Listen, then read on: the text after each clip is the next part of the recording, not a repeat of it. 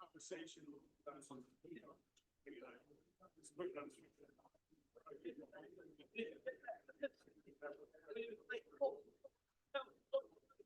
That was funny. I put everything on it.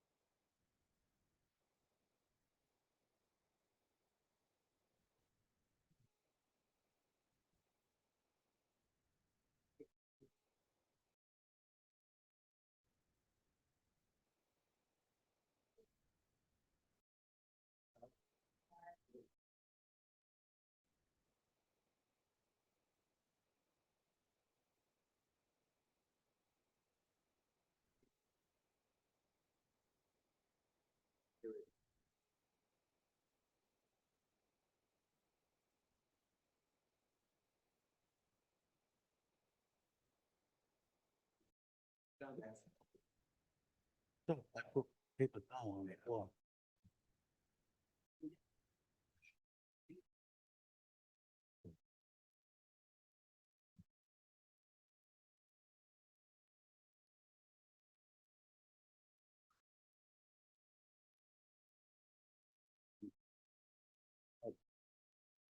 Mr. Bone.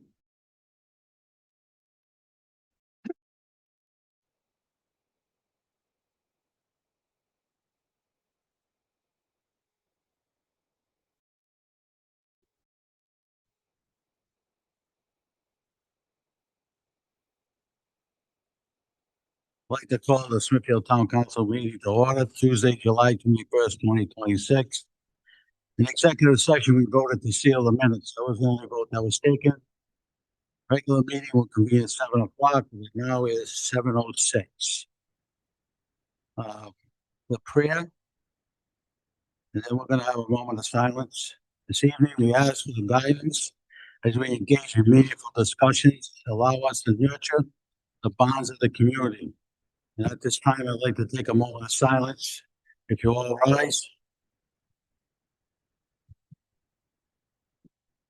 Councilman Richard Poirier, who passed, and our town manager, Dennis Finley.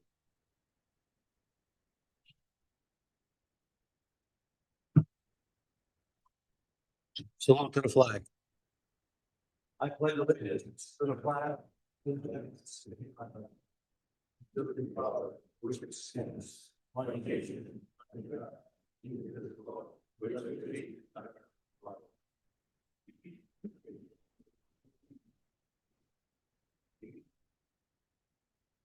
Emergency evacuation and health notification. In the event that the council chambers has to be empty for an emergency, there are two exits, one to the very rear, go through those two doors, and two doors to the right, you see the stairwell out to the front of the building.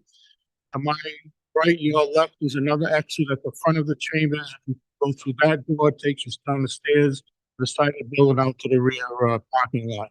Please do not use the elevator in the event of an emergency. Ladies' room and men's room, exit through the rear doors of the council chambers. Men's room is third door on the right, and 3 stairs up from there on the left, the ladies' room. Thank you. Item number 5, special recognition to Mr. Barry Sutcliffe, the founder of Neighbors Helping Neighbors. Mr. Sutcliffe, could you come to the podium, please?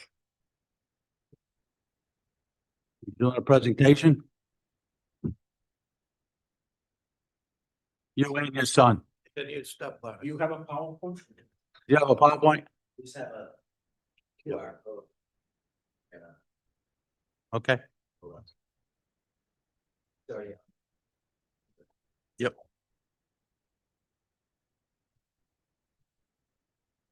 Good evening. Good evening, Mr. Sutcliffe. How are you? It's a pleasure to see you Standing? again. Excuse me? Are you standing? Yeah. Never ends, never ends. Proceed, Mr. Sutcliffe. This is the lowest this microphone's ever been, isn't it? Be careful you don't snap it. My name's Barry Sutcliffe, and I have with me tonight Aaron Sutcliffe, my son. The reason we're here is we'd like to tell everyone about a nonprofit that we started several months ago. Excuse me. And where we're headed with it, obviously takes money. When we were seeded some money, and we've already spent a great deal of money helping various families in the town.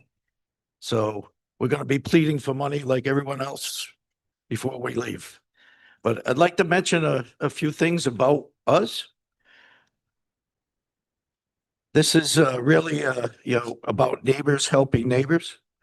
At some point in life, many of us experience moments we never saw coming. It could be a tragic accident, a sudden illness, the unexpected loss of a job, or a financial hardship that changes everything overnight. In those moments, families are often left wondering where to turn for help. Hopefully, this is a void that we're going to fill. Our mission is simple. We are here to provide passionate financial assistance and support to individuals and families facing life-altering hardships. Whether it is helping a family in need of an emergency housing, assisting with transportation expenses, supporting someone after a devastating accident, or helping cover essential needs during a sudden financial crisis, we are committed to standing beside our neighbors when they need it most. Every day, we see firsthand the strength and resilience of the families we serve. We also see the overwhelming impact that kindness and community support can have during some of the darkest moments in an individual's life. A single act of generosity can provide not only financial relief, but also hope, dignity, reassurance that no one has to face the hardship alone. What I'd like to do is just give you an example of one of the families that we've actually helped, give you probably a good idea of what we're capable of doing. It was a young mom with 2 children that was living in an apartment under a very abusive situation with a boyfriend. She left the apartment with the children one night just because something very serious had happened. And she ended up sleeping in her car with her 2 children. Not wanting to go back to her apartment in fear of her own life, we actually were made aware of all of this by the school department. Was it psychologists? Yeah. So we actually were in touch with the family, and we put the family up immediately in a hotel actually it was supposed to be very temporary, but it turned a little longer.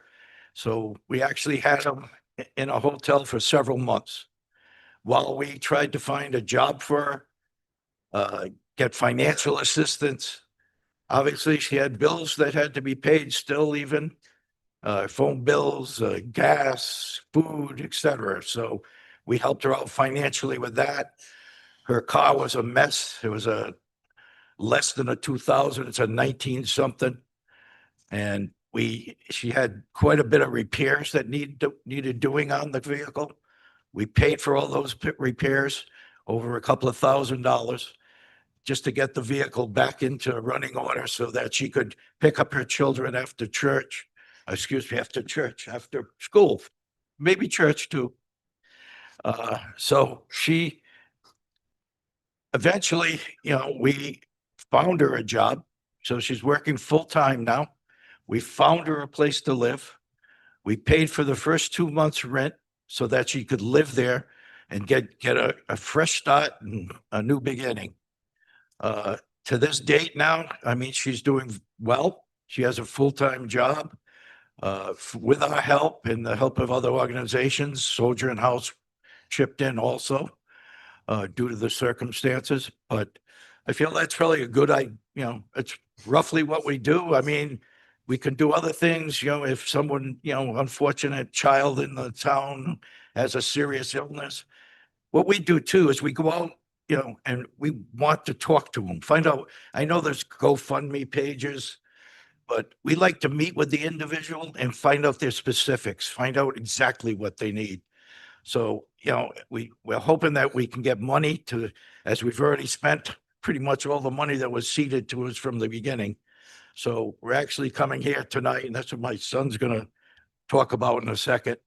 But, whatever people can, find in the goodness of their hearts, believe me, none of us make a dime doing this. And, I think there's a lot of good that can be done. I know this town is famous for it. So thank you. Thank you, Mr. Sutcliffe. Yeah, Don't go far. Thank you to Town Council for the opportunity to spread the word about neighbors helping neighbors. So up on the screen, we have a QR code that leads directly to our website, which is nhn-smithfield.org. And right from there, you can make a donation on the website. It also has our contact information if you prefer to send a check to our PO box. Also on there, if you know anyone of a need, or if you in need of yourself, there's a page where you can put your information, where we can reach out to you and, have a meeting and see where we can help. And that is obviously 100% confidential. So I also have here, for those in attendance, if anyone would like to donate, a placard there or donate. So any little bit will help. So we appreciate, again, the opportunity to get the word out there. and look forward to your support. Thank you. Mr. Sutcliffe, would you come to the podium again?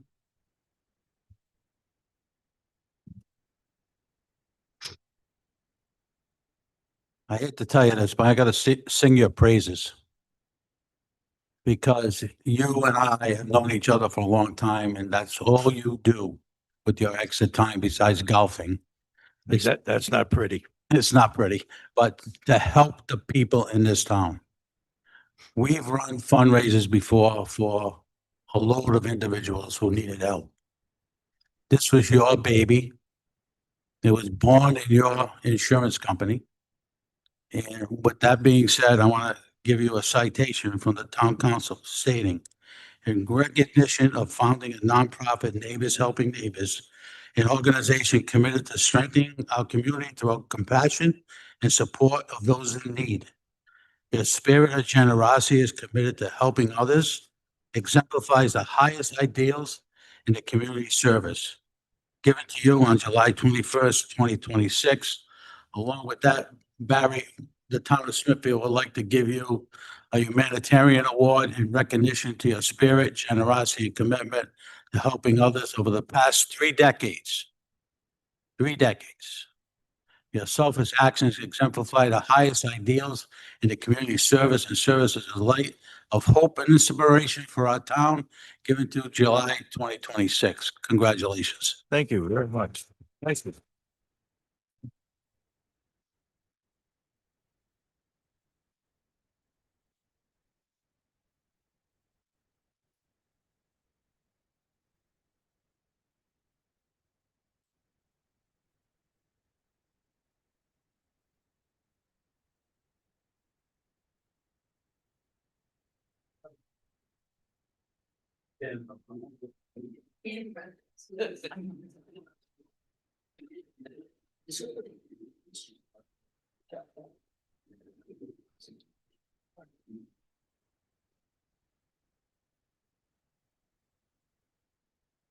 Thank you. Did I cover my belts? Thank you, guys.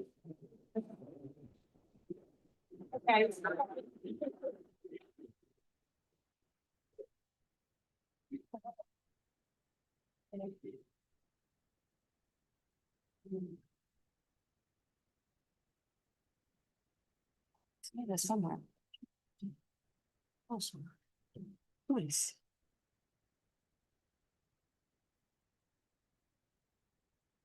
Item number 6, move the minutes of the June 16, 2026 executive session held pursuant to Rhode Island General Law, Section 4246(5A). 1, personnel interview, Peter Carnavale. God rest his soul, Dennis Finley, possible appointment, reappointment to the board and commission. Section 4246(5A) 2, pending litigation.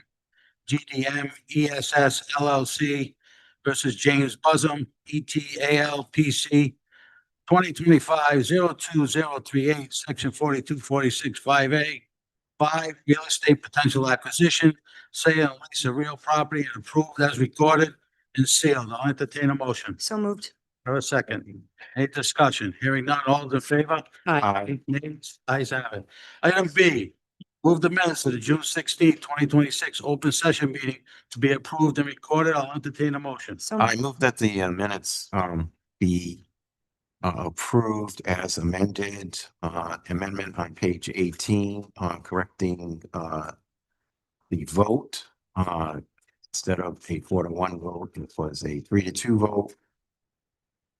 With member Toppy and myself voting nay. Do I have a second? Any discussion? Hearing none, all is in favor? Aye. Nays, ayes have it. Item C, move the minutes of the June 23rd, 2026 executive session meeting held. And pursuant to section 4246(5A) personnel, interview Mike Austin for the possible appointment of town board and commission. And section 4246(5A) 2, pending litigation, West Greenville Road LLC versus the town of Smithfield, PC 2025-05420, to be approved as recorded and sealed. I'll entertain a motion. So moved. Have a second. Any discussion? Hearing none, all is in favor? Aye. Nays, ayes have it. Item D, Move the minutes of the June 23rd, 2026 meeting to be approved as recorded. Entertain a motion. So moved. I have a second. Any discussion? Hearing none. All those in favor? Aye. Nays? Ayes have it. Item E. Move the minutes of the June 29th, 2026 executive session held pursuant to the Rhode Island General Law, Section 4246(5A)(1) Personnel to interview Ed Savito for possible reappointment to the Town Board of Commission to be approved as recorded and sealed. I'll entertain a motion. So moved. Have a second. Any discussion? Hearing none. All those in favor? Aye. Nays? Ayes have it. Item F, move the minutes of the June 29th, 2026 meeting be approved as recorded. I'll entertain a motion. So moved. Have a second. Any discussion? Hearing none. All those in favor? Aye. Aye. Nays? Ayes have it. Item number 7, consider, discuss, and act upon the following possible appointments and reappointments. Vice President Bovis. Motion to reappoint Ed Savito to the zoning board. Have a second. Any discussion? Hearing none. All those in favor? Aye. Nays? Ayes have it. Item B, planning board appointment, term expiring May 2029. Motion to appoint Mike Austin to the planning board. Have a second. Any discussion? Hearing none. All those in favor? Aye. Nays? Ayes have it. Item number C, personnel board appointment with the term expiring on March 2028. Motion to table this matter. The applicant no longer wishes to serve on this board. Have a second. Any discussion? Hearing none. All those in favor? Aye. Nays? Ayes have it. Item number 8, public hearings. Conduct a public hearing to discuss and act upon amending the Code of Ordinances to add Chapter 24, Code of Ordinances entitled Collective Bargaining Agreements. Councilman Ionati. Thank you, Mr. President. Councilwoman Toppy and I are proposing this ordinance to provide for a clear and transparent process for the negotiation and ratification of collective bargaining agreements in Smithfield. The ordinance will require the presence of legal counsel for the town at all collective bargaining negotiations and will allow the town council to appoint one of its members to monitor the negotiations. The town manager will be required to provide the town council with updates on the progress of the negotiations and the fiscal impacts prior to a ratification vote on the contract by the union members. A public hearing will be required prior to town council ratification of the agreement, and the town council will receive the agreement and a fiscal impact statement at least 14 days prior to the public hearing. Recently, town council members received and learned of the content of collective bargaining agreements only after union members had already voted to ratify those agreements. Although the town council later voted to ratify these agreements in open session, the public did not have access to the agreements, and therefore the public had no opportunity to provide input to us prior to the vote. Members of the Budget and Financial Review Board did not become aware of the potential fiscal impacts of the new collective bargaining agreements until after their proposed budget was submitted to the town council, necessitating a major recalculation of the budget numbers. Town council awareness of the possible fiscal impacts of collective bargaining agreements should be ongoing. Otherwise, there is a risk that major changes will be proposed to a contract that union members have already voted to ratify. By creating a ratification process that is both open and transparent and that takes fiscal impacts into account, I believe that this ordinance will increase the likelihood of better outcomes for both the union membership and for the residents of our town. Thank you. So I'll open up the public hearing. We did receive a letter, Lynn, from the Labor's District Council. I'd like to put it into the record. Anyone would like to come up and speak on this particular issue? The floor is open.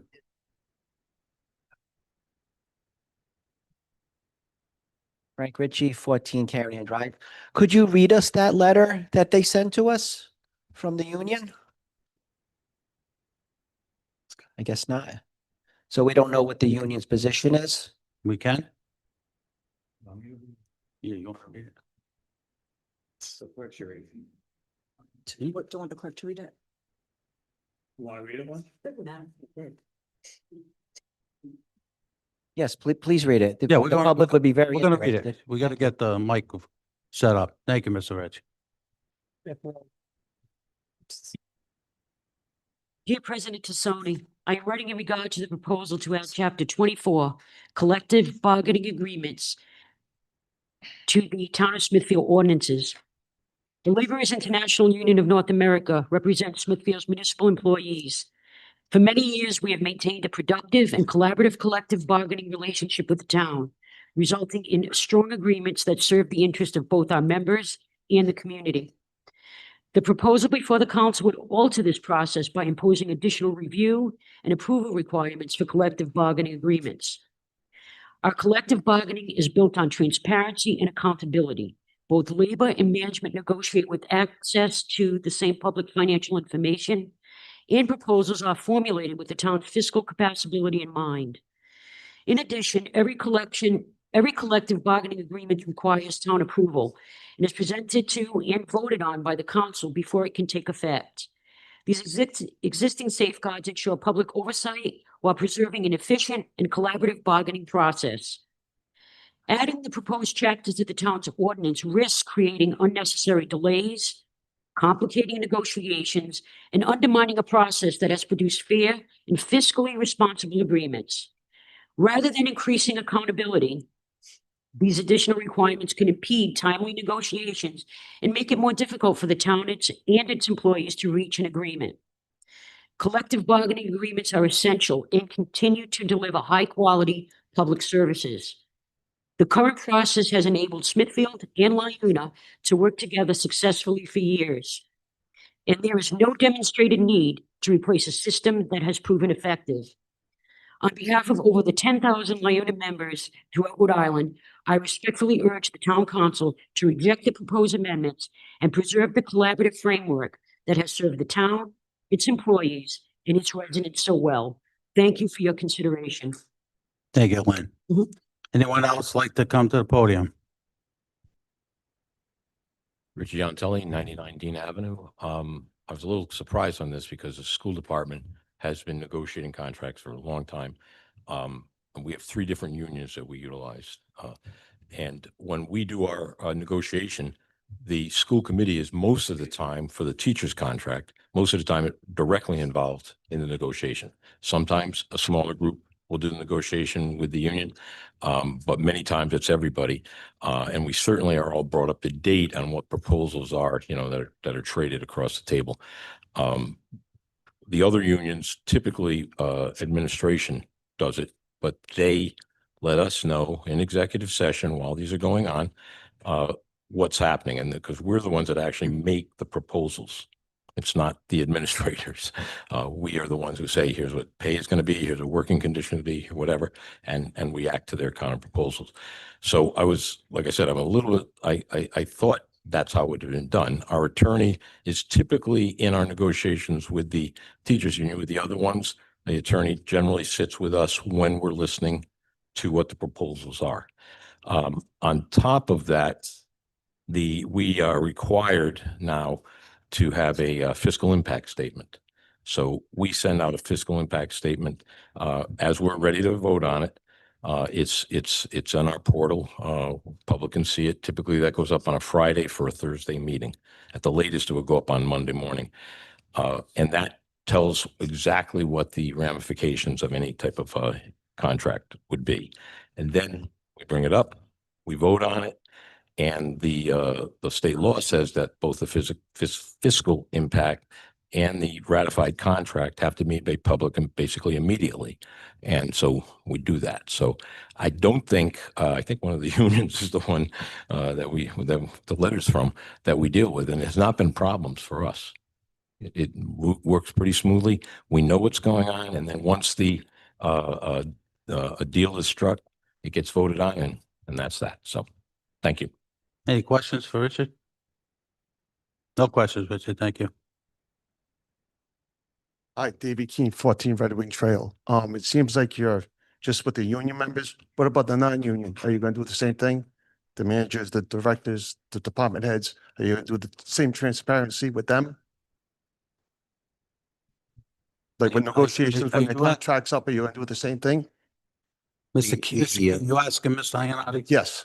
The manager, has the, authority to negotiate salaries for his directors. So, The, but still, the, gotta be town transparent. council approves, increases as part of the budget process, which is a very public process. Okay, just making sure it's going to There be. isn't, Sure. Go ahead. we don't have contracts with the, for example, the fire and police chief. We don't, the charter doesn't allow us to have contracts with them. Okay. All right, thank you. Anyone else? Good evening, Tom Hodgkins, 200 Farnham Pike. By my rough estimate, about 90 or more than 90% of the town's employees are covered by collective bargaining agreements. These collective bargaining agreements represent at least more than half of the town's budget. So we're talking at least about more than $50 million. This ordinance would just be bringing us in line with what many other municipalities already do. And I think that when we have an ordinance or something like this come up and we're in a place of aspiring to do business, at least as transparently as other municipalities in the state, I think that should give us some pause to really look at how we're doing things. And I think that's what we're doing here. It's interesting to me that the union official would write you a letter like that because these ordinances are almost exactly the same as ordinances like the ones in Providence and Warwick. And I haven't been, or I have no knowledge that Providence or Warwick has been unable to negotiate collective bargaining agreements with its bargaining units because of the ordinances there that have been in place for many years. The way that the process took place this year without the town council being involved, and then again at a public hearing where there was no information about the agreement presented to the public and the public couldn't ask questions, really preventing the public from having any representation here on such a large number in the budget. I'd ask you also to take note at the requirement for a fiscal note, which would require when this is delivered to include any effect on the revenues and expenditures and fiscal liability here. And an explanatory statement, which would set forth the estimated dollar amount thereof, as well as fiscal notes, typically including the impact of the dollar amount on the current fiscal year, as well as the impact of the dollar amount on the two succeeding fiscal years. I think the fact that we're not doing this already would probably surprise a lot of people. We're running a $100 million corporation here, and that we're not providing to the public basic fiscal impacts of agreements and forecasting. I think we should take a look at how we're doing that, because the way that the expenses in this town are going up, the way that people's taxes are going up, I think the council should be sure that when it's voting on a budget and when the Budget and Financial Review Board spends months looking at a budget and trying to determine the appropriate number for it, that number is in the taxpayer's interest. So I'd ask you to support this. Like I said, this is, and other council members have said, this ordinance is already in place in many other municipalities in the state. Thank you.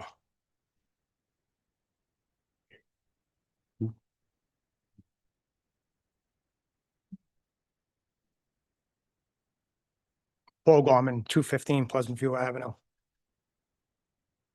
Good evening, Council President, members of the Town Council and Town Administration. My name is Paul Gorman, Vice President, FOP Lodge 17.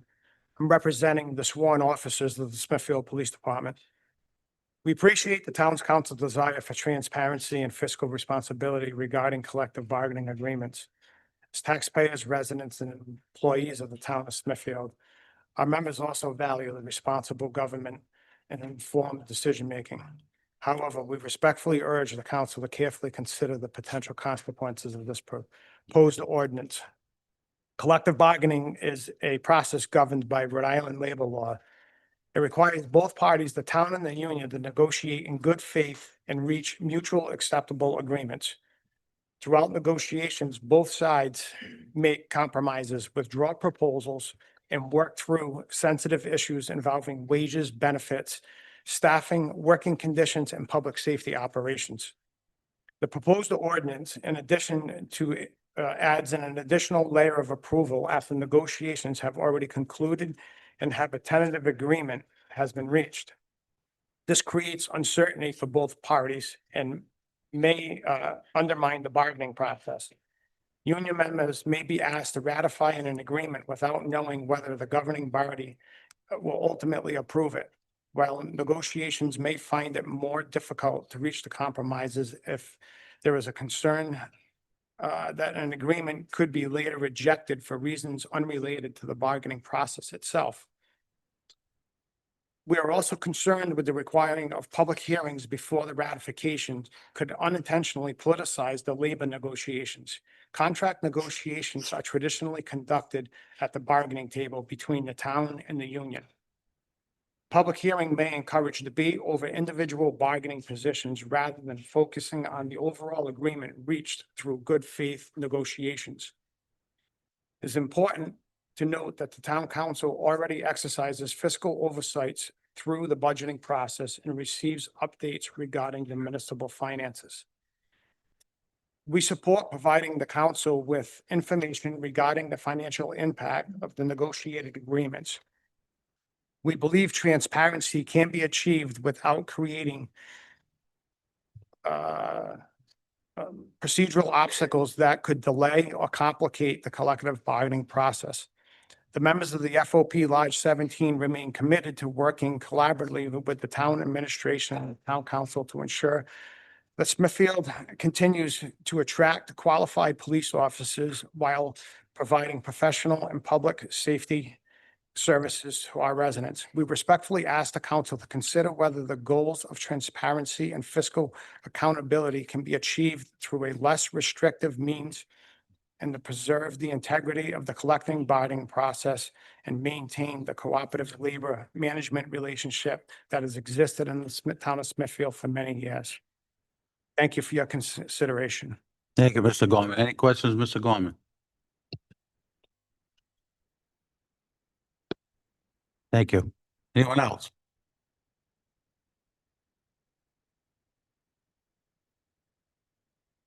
Hi, Katie Clausen, 58 Melody Hill Lane, Gloucester. I'm a member of 1217, also the deputy town clerk. We recognize and respect the town council's commitment to transparency and fiscal responsibility. As employees, residents, and taxpayers, we share these priorities. However, we ask the town council to carefully consider the impact of the proposed ordinance on the established collective bargaining process governed by Rhode Island labor law. Introducing an additional approval step after a tentative agreement is reached creates uncertainty and may hinder good faith negotiations. Likewise, requiring public hearings could unintentionally complicate discussions that are traditionally conducted at the bargaining table and focus on achieving balanced, comprehensive agreements. The town council already exercises fiscal oversight through the budgeting process and regular financial reviews. Transparency can continue to be strengthened without adopting measures that may delay or complicate negotiations. Town employees remain committed to collaborating with the town administration and town council to ensure Smithfield maintains a professional, effective workforce that delivers reliable services to our community. Local 1217 is who you see every day in Town Hall, the Senior Center, DPW, and the police civilians to provide services to all residents. We support our brothers and sisters in Smithfield Fraternal Order of Police Lodge number 17 and Local 2050, the International Association of Firefighters, AFL-CIO. The first responders work in an environment full of pressure, uncertainty, and split-second choices. Supporting them and all our townwide union employees helps strengthen that relationship further. We owe it to all unions to stand behind our employees and ensure that we can negotiate fairly and with the best interest of the taxpayers in mind. This will only be done if we are trusted to continue with the current collective bargaining process. Thank you for your time and consideration. Thank you. Anyone else?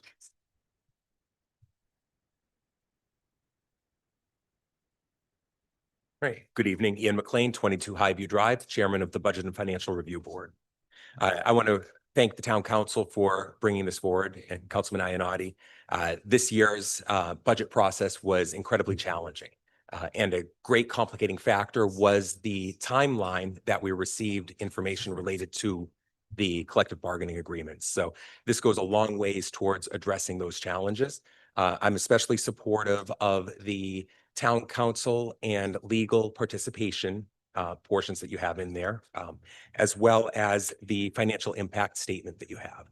I would actually build further to say, rather than just the impact statement for the current and following year, I would look for a financial impact statement across all years, forecasting out that contract would be good for. So if it's a 5-year contract, I want to see what it looks like forecasted out for 5 years.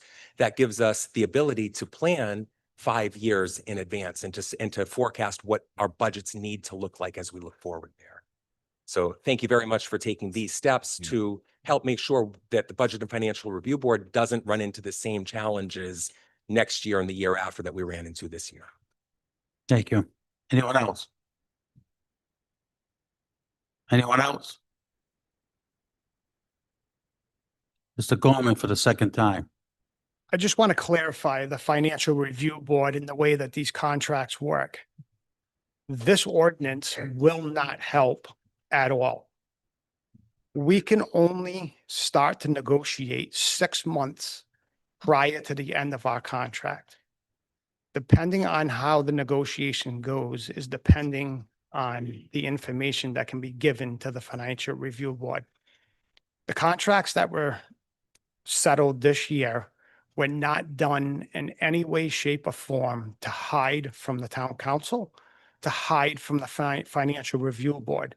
They were all negotiated in good faith. They take time. This town ordinance is only going to take more time. It's going to take more town resources because now it has to sit at town council for 14 days. Then it has to go out in front of the public for public review. Then it could possibly make changes after the unions have already ratified it. Then they're going to have to go back to the unions. This is only going to delay. It's only going to cost the town more money. Some of these small little stuff that the operational procedures in some of these departments are handled at our department without lawyers. This is requiring a lawyer at every meeting. It doesn't matter how the officer gets ordered back to work that shift. That officer has to work that shift. Let the police and the union figure out how they're going to order back. That has no financial impact. But to sit here and say that this ordinance would have helped the Financial Review Board is a total false statement. Thank you. Well, this ordinance was actually intended to help the unions because and I voted for the police contract. So it really hadn't anything to do with things that I was opposed to in the police contract. I voted for it. But the thought came into my mind that we are actually receiving and looking at this contract for the first time after the members of the union have already ratified it. So if we thought that the contract was somehow way out of scope, way out of fiscal capability, and we wanted to, what would we do if we voted against it? It would go back to the union. Correct. Members after they had voted to ratify it. That's happened in the So, past. Yeah, and I think it's more likely to go back if we're not involved. So how does In it. this proposal change that? It doesn't. It does, because doesn't. it would keep the town council informed. Okay, that should be happening all along. Well, it would keep us informed I- of the progress of the negotiations. I can't And help what. If we're being brought back to informed, you. if we're informed right from the beginning and right through the process, that scenario that we've just talked about is less likely to happen, because we would know what was in there. We would be giving our input to the town manager as the process progresses. And that would Did allow any- us to, that would create less of a chance that the contract would be ultimately rejected by the town council. Did any member of the council at any point in time reach out to the town manager and ask him for an update? I think that's irrelevant, honestly, with all due respect. I mean, it's not, actually, I think we did ask for one at one point, where did we start and where did we begin? But that's the job of the town manager, is to report to the town council and let him know what's going on. Okay, That's just per the charter. I mean, that's what it says. so how does this proposal, excuse me, fix that? By all the provisions listed here. So I would ask a So- question. so a Can I public- finish, please? Do you mind? Just to all those opposed, I would ask, is there anything in this ordinance that you agree with, or are you in blanket opposition to every single provision in this We ordinance? do 90% of that. Yeah, this has nothing to do with you, though. It has to do with the town side. That's what I think people that's the misconception here. This has everything to do with the town process. This was created as a result of several deficiencies for this process, this ratification process, that were detrimental to us.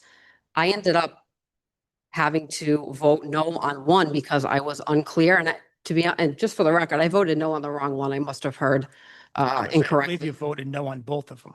No, I was fine with one, but then I voted no on, again, the wrong one, because I heard incorrectly. So just for the record.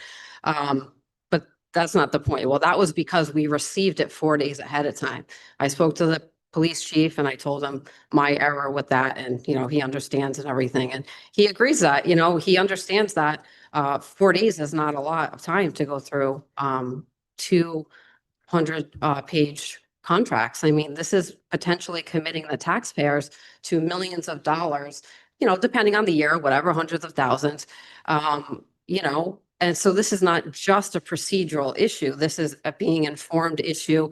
Again, this is not telling any of the unions what to do. We respect, and our solicitor vetted this. I mean, if this was overstepping the bounds into telling the union, that's not our intention. I would never want to do that. I totally respect that. And I'm sure Councilman Ionati does as well. So, we're good there.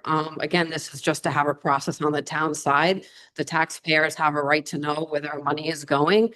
I think that there should be a public review of every public dollar that is being committed to whatever it is. So that's really the point. It's for transparency, accountability, because we had a lot of issues with this process. So again, nothing to do with the unions or the members. I respect your process, your right to bargaining. That has nothing to do with it. So I hope I'm being clear with that. That's not my intention, is to get involved in You that. are, and I thank you for your time. We are asking the council to not support this and let the collective bargaining stay the way it is. Thank you.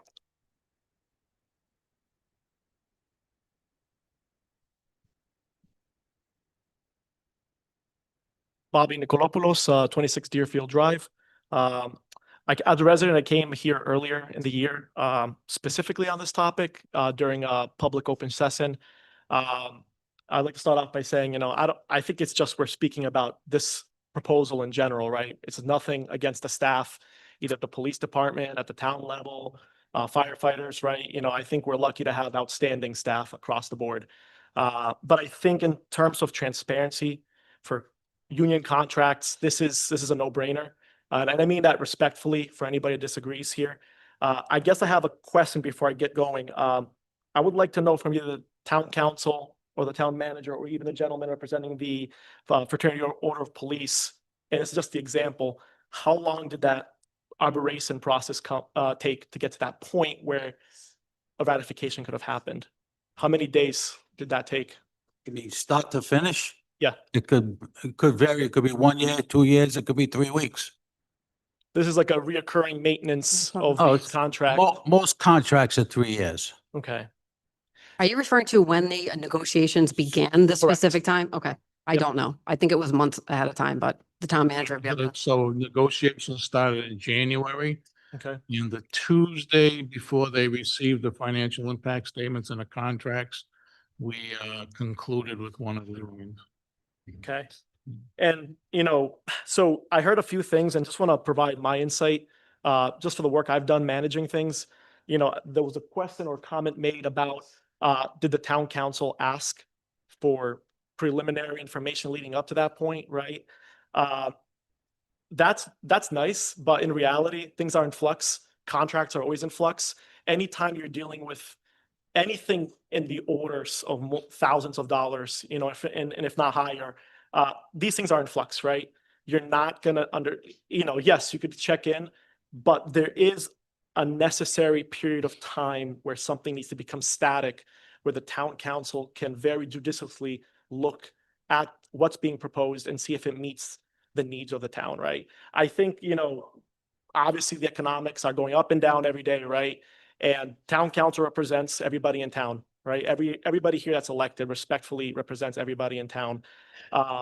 So I think it's more than appropriate to have this transparency. I don't really think it's gonna derail the process here. And I actually want to quote something because I brought it up last time, so a lot of this is repeat. And this is again not meant to throw stones at anybody unintentionally here, but this is from Rhode Island general laws, right? I'm no lawyer, I don't have a bar, but I'm just reading what is publicly out there. So Rhode Island general law, section 42, TAC 46, TAC 5, subsection A2. So that is where the exception for, and this is a APRA, right? This is Public Records Act. It's an exemption in place to protect the negotiation process for collective bargaining. That is there to protect the process between union members and then leading up to the town versus a union, right? It's not really meant to shield the entire negotiation itself once it's reached a point where it's up for vote. I think another gentleman said it earlier. I believe council member Michael Ioannati said it. Most towns have a 2-week period, 14 days. 14 days is not much. I mean, most people up here, you have busy schedules. 14 days to read a 200-page document individually, get together in a closed session, discuss it, and then go back and forth. That's fast walking. I don't think 14 days is really going to deter the process. I would like to imagine that the unions are working in the best interest of the town's working in the best interest of the residents, and together there can be a collective agreement to where by the time it's up for public view, it's a formality at that point. It's just for the convenience of the town to dissuade any concerns over budget. I don't think this is going to have a negative consequence. I think it's just going to give the town of Smithfield visibility into those union contracts. And I think also, there's a lot of, be it 3 months, 4 months, even 6 months, even years, right? That's a lot of dust. The dust needs to settle, right? And I think, there could be things we're leaving out. There could be things the union would like to include to protect, whatever union is being protected, right? In this case, let's say it's fraternity order police. I think that's important for the town of Smithfield. There's been comments I've seen flying back and forth on social media or in person, neighbors saying, we need more patrol officers. I mean, I think it would, in fact, for this particular example, help the fraternity order police, right? In the instance that we would like to provide more resources as a town, right? And I think it gives the residents a period of time to talk to their elected officials and try to encourage, tweaks, right? Couple of other things I wanted to quickly say on that is, I don't think we should fear transparency, right? I mean, we're all in a public body here.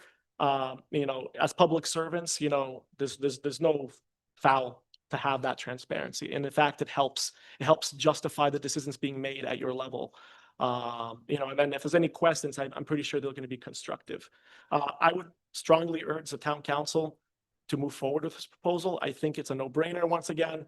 Other towns are doing it. This is not really a cowboy, you know, effort. I think this is just the norm everywhere else. But I think, you know, if there's questions on how that period, that 14-day period looks like, then maybe that's where some of the specific wording, or maybe, you know, there could be some discussions behind the scenes on how that could be made efficient. That's all I wanted to say. Again, thank you. I'm really happy to see this move forward.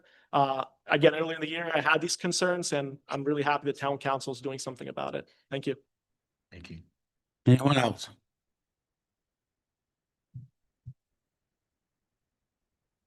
Good evening, Council. Steve Carberry, President of Local 2050. I do want to say that I've been on 20 years and I've been on the executive board for 17. I sat in that room and negotiated out of good faith with the town manager at the time, the fire chief. What we do is we review the contract and we tentatively agree on a lot prior to even walking in that room. So we save a lot of time. We do file 6 months in advance. We read a lot of proposals, but we put things to rest prior to walking in that room relatively quickly. It's unfortunate that you didn't get a financial budget, whatever you're calling it, a financial report prior to, but I think the transparency was probably up there. I don't think it had to do with us. Maybe the communication gap up there. But I'll tell you, I had good communication with the fire chief, the new one, by the way, and the town manager. And we negotiated a lot and we got a lot done prior to the contract getting ratified. So for 17 years on the E-Board, we've always done business in that room. And I can't see why we need to change that right now. I do agree with Vice President Gorman that there will be a financial restraint on that because the amount of hours that go into that. It took us 5 months to negotiate. It took us about 7 meetings. Some were 2 hours, some were 3 hours. But I feel like we did a good job, and that's what we did. We ratified the contract, and some of the stuff already in this proposal, by the way, we already do. I mean, it's not maybe on paper and it's not in ordinance, but we do it. Full transparency all the time, but I think it lacked it this year up there for some reason, and you feel like you didn't have enough time. There was not many changes in our contract, believe it or not. So it's public information. It's a 3-year contract. There was only a few pages that you really needed to review. The whole contract was redlined, probably, I would say 4 weeks, maybe prior to when you got it. But there's not a whole lot of changes. So like I said, I think doing business the way we normally did business is how you do contracts. So that's what I have for my local. We definitely don't support the ordinance. We do feel as if we can come to some kind of agreement on this because a lot of it's already taken place. So thank you. Thank you. Anyone else?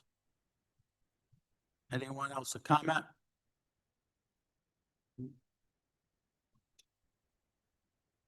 Anyone else want to close the public hearing? Now the chief wants to make a few statements. All right, just a point of order on a couple of the comments so people are clear on how negotiations work. Just so you know that we are limited to 3-year contracts with all our unions by state law. You have to have a special exemption to go to a 5-year contract. So just so you're aware, all of our labor contracts are 3 years. And when we do our financial impact statement, that includes all 3 years of whatever contract we're negotiating. So it'll show the cost over the entire 3 years of the contract.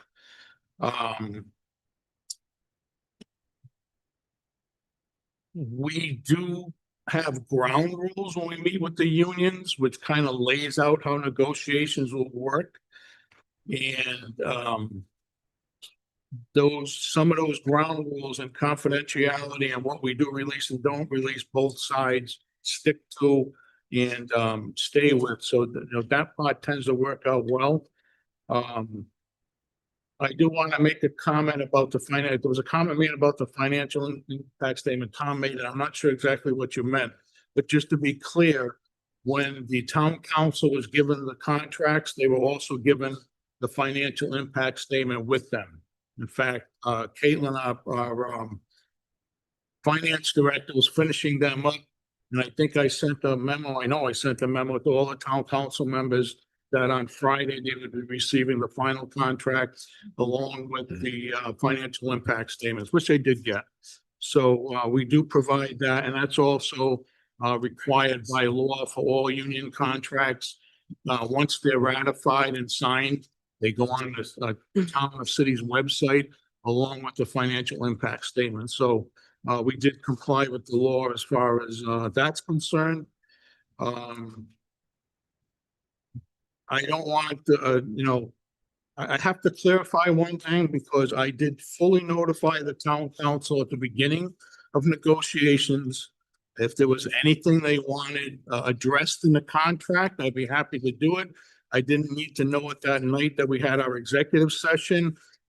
Pretty much left the door open. Whatever you need me to do during the contract negotiations, please let me know.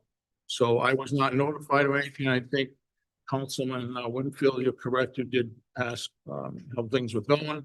So that's fine. I mean, it's never, we don't, that stuff has not been in the past. And I also think the majority of these things in here can be policy rather than ordinance. One of the things I have a question about, which I'm not sure is clear, when we're at the table, we tentatively agree to proposals. So both sides will initial the proposal, and that starts to put the package together for negotiations. So does this ordinance change that? I guess I'm confused on how that would affect that. No, it doesn't. It really doesn't change the negotiation process at all.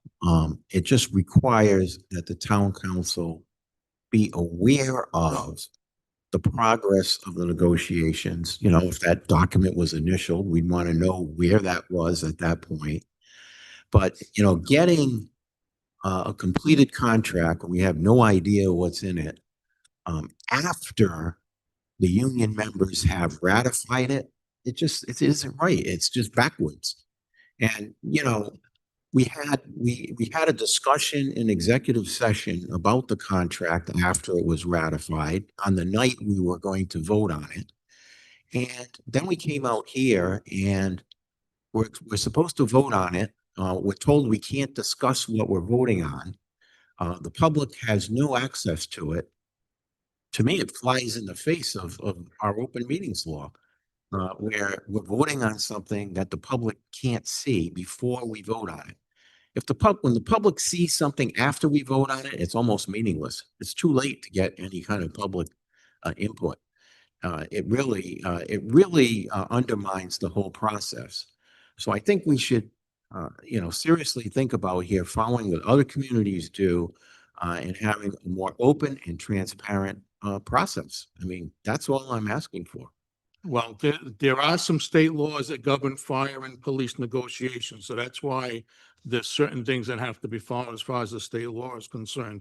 But my question is, if we TA something and we bring it to both parties, which both parties have to ratify, are you not going to accept that? Like you said, no, we're not doing that, even though you TA'd it during negotiations. TA, What do you mean by Tentative agreement. thank you. So your representatives, you got We your didn't union, even see that this time. We only saw the final thing, so. you don't see the TA things until we give you that's what I'm trying to tell you. We don't do that. Once it's TA'd, we put everything in the contract so you can see what was agreed upon.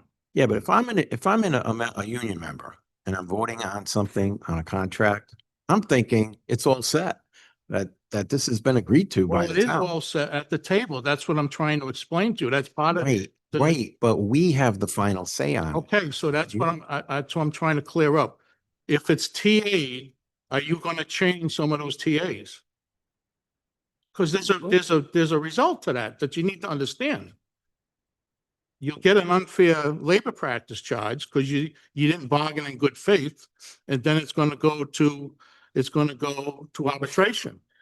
And you know who the arbitrator is going to rule for? The union, because you reversed your decision on your TA. Well, I think before you initial anything, you would run it by the council. It doesn't work that way. Well, I mean, By we have law, to it be doesn't work informed. that way. We have to be That's what informed. I'm trying to explain. I think what you have here should be a policy of how to handle negotiations. I totally agree with that. But if you don't meet, you don't give does a lawyer have to be present when if I call the police chief, the union members and myself to go over some of the details of the contract to bring to the next session, does a lawyer have to be present there? I'm thinking that Anthony. I think we're talking about a formal negotiation. Yeah. Formal negotiations. Well, it doesn't say that. Well, we It can add doesn't that say word. that. We can add the word in there if you'd like. And then then the 14 days, we may have some tough negotiations and you should have flexibility for you to change that. Because you might be up against the end of the budget and you might say, we only got a week left and you agree that in the next week, we'll go over the whole contract. You're setting limits here that negotiations aren't perfect.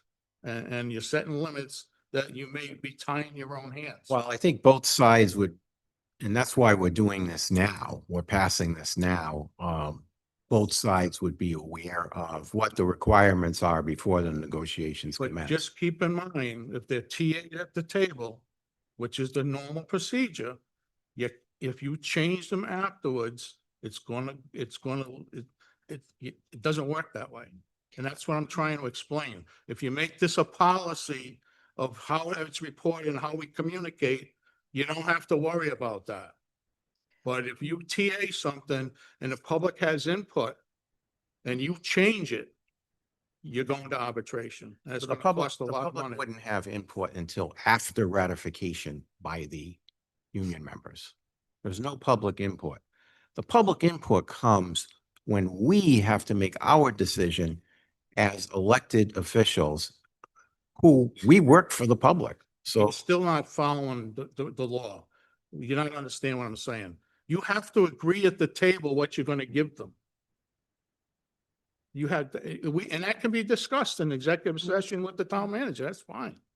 But once you TA that and you got that contract to ratify, and then you turn around and say, no, we're not doing this, we're not doing that. That's where it becomes a problem, and that's where legal action comes into play. And that's what I'm trying to avoid. Well, wouldn't This should be the, a policy. wouldn't the periodic reporting to the town council help with that? You know, in case if we had a Absolutely. problem, yeah, Absolutely. yeah. that's the whole point of this. Yeah, but To you, avoid that. but if you don't have it as an ordinance, you have it as a policy, it's not as strict. What difference does it make? What We difference want is, it to be strict. Makes a big difference. it shouldn't be an ordinance. The community shouldn't be negotiating contracts for all our people. Community is not. That's what you're elected to do. And there's laws that cover this. Community is not negotiating anything. We want to keep the public informed about what we're doing. That's fine. Instead of doing everything in the back room, because that's what we tend to do these days. We're doing a lot of things there that should be done out here in public. What back room? Public's aware. What back room? Come on, Mike, Right there. come on. Yeah. That's Too totally much- inappropriate. Too much stuff. Inappropriate. Just a, so Inappropriate. So do you understand what, I just want to make sure it's clear that if you TA these things, the public comment's fine. I don't have any problem with that. But if you change what you've TA'd after the public comment, you will be going to arbitration and it's going to cost a lot of money. And quite frankly, most likely the union's going to win because the arbitrator is going to say, well, why did you change your mind when you agreed to do this? I understand what you're saying, Manager Seltzer. Would it be helpful to change ratification Article 2C to prior to TA? I don't know. I'm just You'll thinking. never make it. You'll never make it. Never make it. You'll never make it. May I say I'm something? all set. I just want to make sure it's clear that this can go down a bad path. So somebody made a statement out there that every city and town does this. That's absolutely incorrect. I negotiated contracts for 9 years for Council 94. Not one community had this as an ordinance, not one. We never went to the public.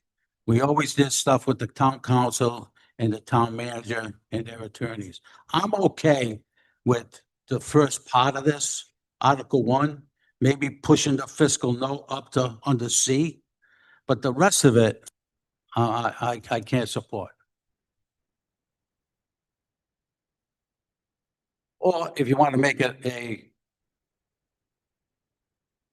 policy instead of ordinance, I'm okay with that too. Thanks a lot. So you would support this in the form of a policy as written?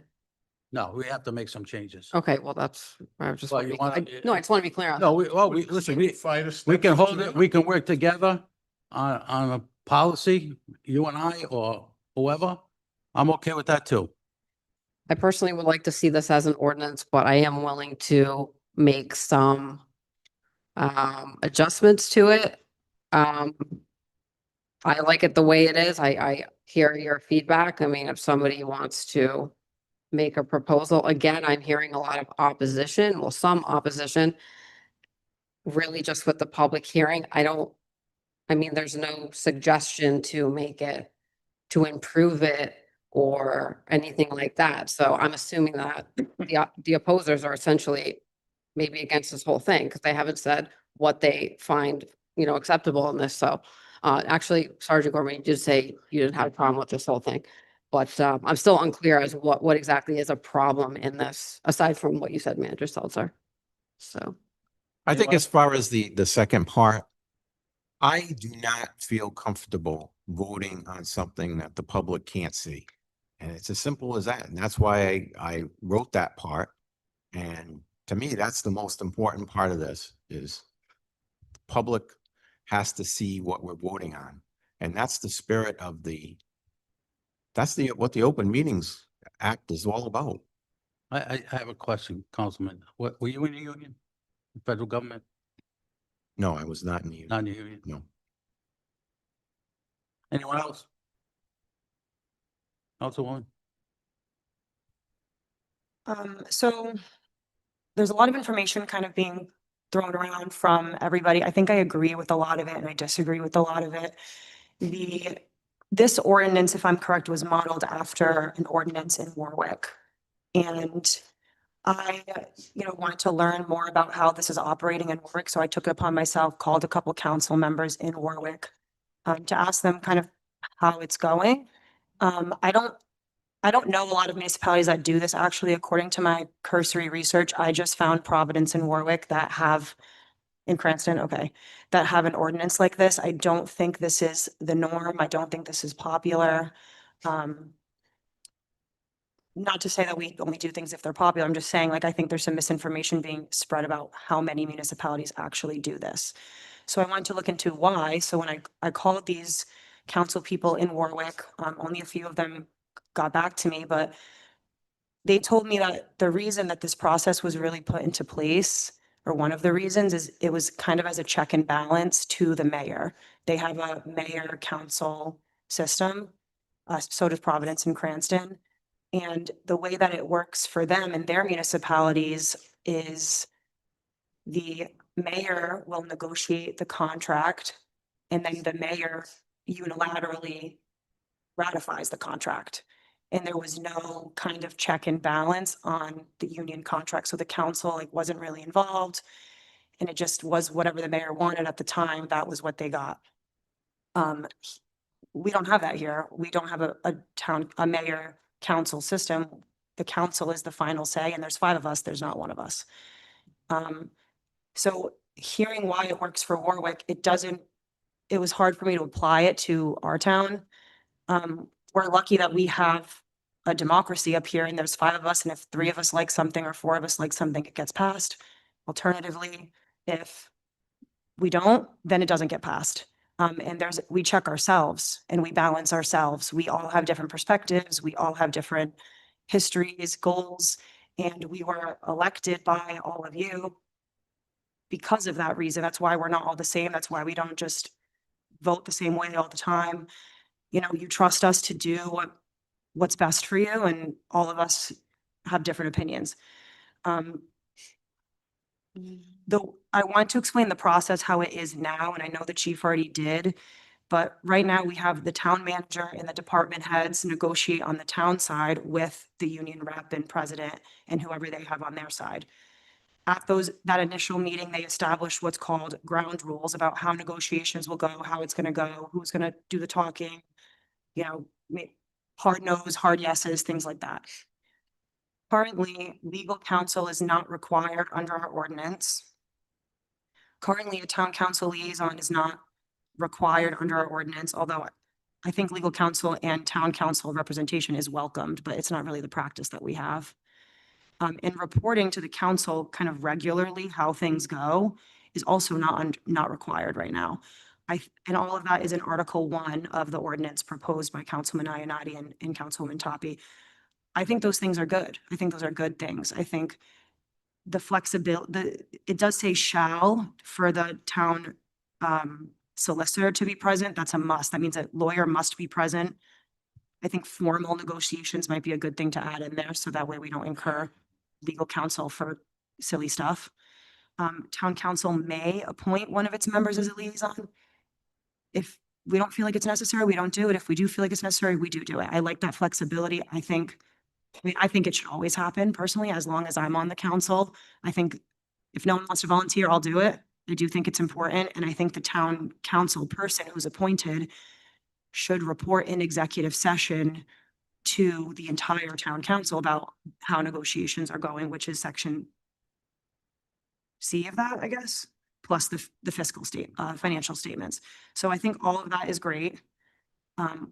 Once that happens and negotiations begin, the union will then ratify the agreement. Then it comes to us for council ratification. Under this new ordinance, we would have the contract 14 days in advance. Again, not a bad thing. I didn't have a problem reading it in the 4 days, but if people want more time, that's fine. That's actually a norm in some other communities, is a timeline on when the contracts get to us.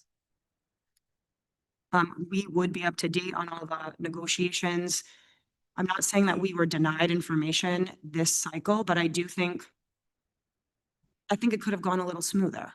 So having that type of updating in executive session, I think could be good.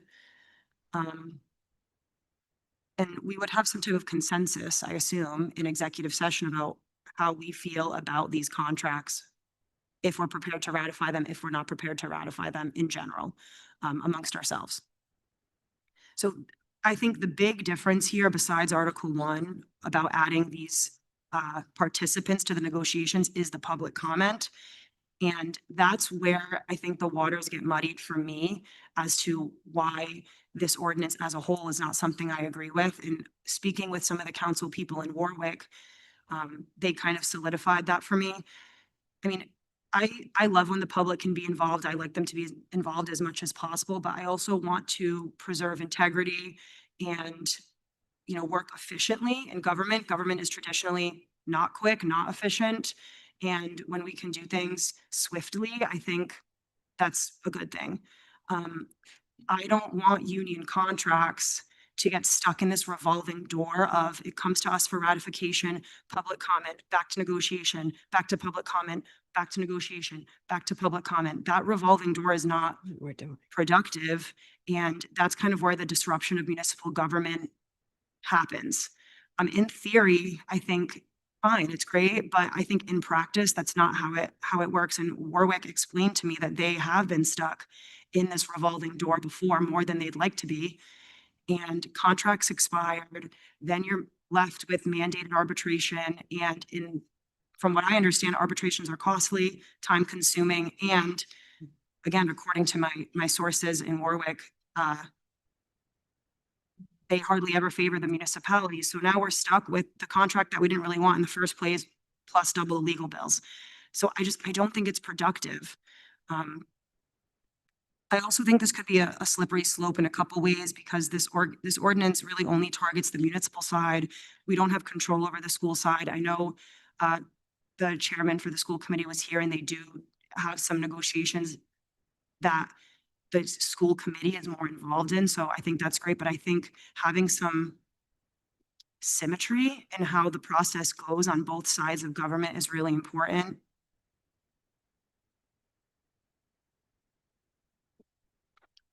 And also, there's some unfairness amongst town employees when some people are in unions, some people aren't. Some unions are being required to have these public comments on their contracts before ratification. Some aren't.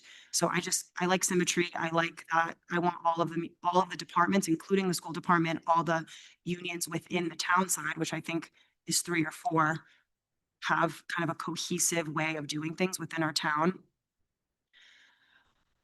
Another concern of mine about the public comment specifically is that it creates kind of undue influence and politicizing of the process, which is kind of exactly the intention of the ordinance, according to the council people in Warwick, was to politicize the process, make it hard for town council people to either vote in favor or not in favor of certain contracts.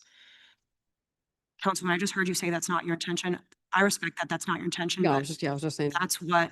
that's what it does. I know the intentions are not there, but when you kind of disagree. lay it out and go through how it's going to work in real life, that's what it does. You have Yeah. unions coming I here, agree. stacking the deck, having, 20, 30, 100 people come here and tell us that they like the contract. And then you have other people coming, residents, their friends, their family, their cousins, whatever town they live in, stacking the deck at public comment against the contracts. And then we're all put in a position of, well, okay, now what do? We go back to negotiation, go back to arbitration. Like, I think when I play this out in my mind, how this is going to go, it's not productive government. It's not efficient. It's not productive. It hurts the taxpayers by incurring additional bills. And I mean, I'm up here and we're all up here because the residents trust us. They know we're looking out for them. They know that we have their best interest. We all live here. We don't want our tax bills going up just like they don't. And I mean, more importantly, we protect their pocketbook, their interests and their money. And we all unanimously appointed our solicitor, who we entrust as well to guide us on legal issues. So now we're all up here, the public trusts us, we trust our solicitor, we handle these negotiations, and we look out for our people. That's what we're supposed to do, is look out for them. So, I mean, I think one of us at the negotiation table with an attorney, with reporting, with financial statements, the budget board was in a really tough position this year. Again, this is not the union's fault. So it really isn't, I mean, there's no blame to be placed anywhere besides we just needed to be more prepared. We came into this shortfall because of the union contracts, avoiding that in the future, having people at the table, having open communication about the way negotiations are going. I think all of that can be avoided. I mean, I think there's room for compromise here. I don't want to just not pass this ordinance at all. I think, like I said, some of these provisions are very good and will really help make the process smooth for the town council, for the unions, for the residents, make everyone understand the process. Everyone's prepared. Budget board can operate how they want to operate with proper data.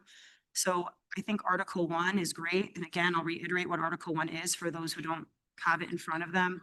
That's requiring an attorney to be present at the negotiations. That's allowing a town council person to be present as well as a liaison. That is requiring the town council that town council member, or I guess the member's not there, the manager and or the attorney, to report back to the rest of the town council about how negotiations are going and fiscal impacts for, and again, the chairman of the budget board, Mr. McLean, added not just for that year, but for all years. I think that would be a good amendment as well for the duration of the contract. Section D of the ratification section, Article 2, of having at least 14 days prior to the first public hearing. I don't disagree with having the contract far enough in advance.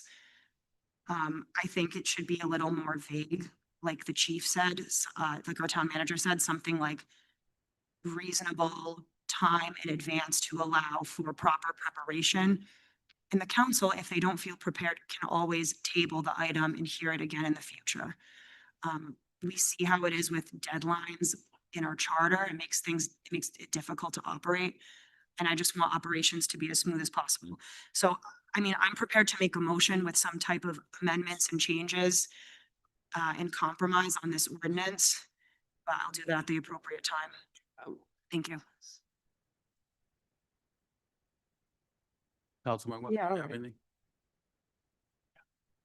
All right, so this is what I'm gonna suggest, if everyone's okay with it. I would like you, and Councilman Ionati, the next meeting in August, to work on a policy Well, no, Is that what you I agreed didn't, to? no, I didn't agree to that. I thought you were, recommending that we, continue the, the work on the ordinance itself to, It should be a policy. I mean, if you, well, I don't think that's what, the councilwoman. Bowles I guess, said. could someone tell me their feelings as to why an ordinance or a policy would be different? Like, what would be the difference in, besides its enforceability, I guess? What would be the difference? well, a policy, Or maybe, Anthony, did you want to jump in? ordinance is enforceable. What would happen if if someone gave us the contract 13 days before and not 14 days before? What's the penalty? Well, it depends how you draft the ordinance. Right now, there's no penalties in the ordinance, right? So is it different than a policy, really, if there's no penalties? And Well, it's policy can be easily changed, an ordinance, as you know. Yeah. Can't. So I think, the ordinance, you have to advertise, you have to go through the whole thing. If you want to make a change of policy, it's not like that. Okay, well, I think we have the ordinance right here. It's Okay. already been advertised, so it's ready to go. The question is, whether we would, continue the public hearing if we wanted to, adjust some of the language, It's closed. in the ordinance, and address some of your concerns. And maybe we would still have, a good ordinance. If I could jump in here, I have some amendments too. So again, so if you guys want to postpone this or table it, but I would suggest doing under C. I would compromise. Sorry, instead of- section 1 or section 2? I'm sorry, Article 2. Instead of having a public hearing, we change that to the union ratified CBAs, or prior to the ratification by the town council.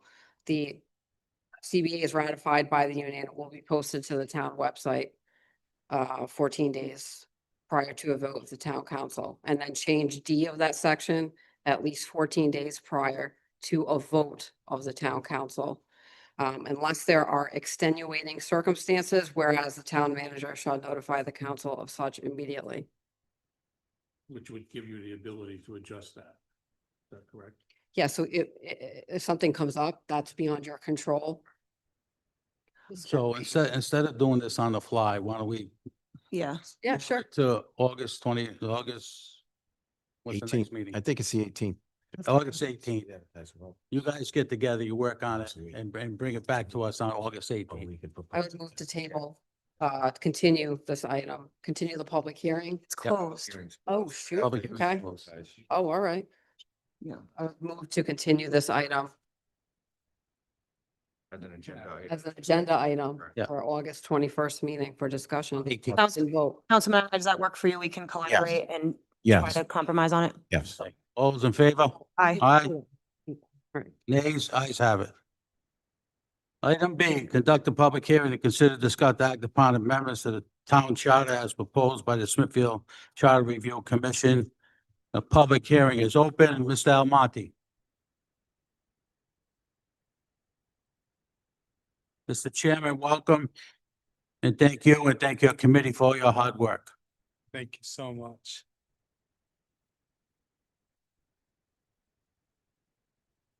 Well, good evening and thank you for all of you being here tonight.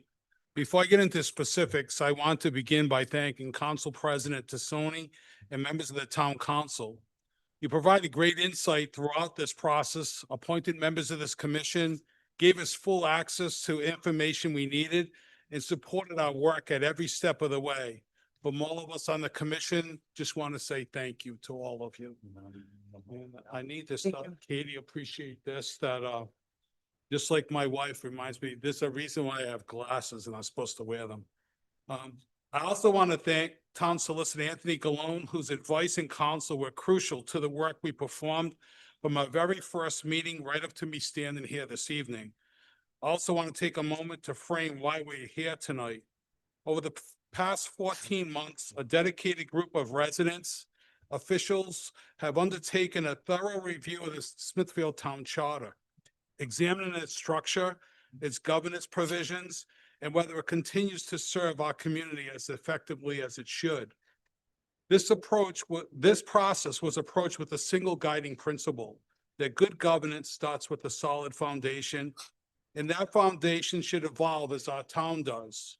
Over the course of our work, the commission met frequently, researched how other communities structure their own charters, held a public meeting, as well as a public comment period at every single commission meeting.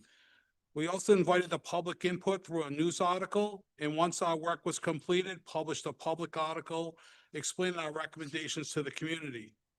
I'd like to recognize the members of the Smithfield Charter Review Commission who gave their time and judgment to this effort. Myself, Ernie Almonte as the chairman, Russell Marcella, the vice chairman, Emilio Colantonio, Thomas Hodgkins, Adam LaGreca, Kerry Lawton, Robert Randall, Jamie Sabelico, and Dennis Sequoia. I also want to extend a special thank you to Katie Closen, our deputy clerk, for everything she did to make this process run smoothly, ensuring we comply with proper meeting procedures, taking our minutes, disseminating information to our members, and so much more.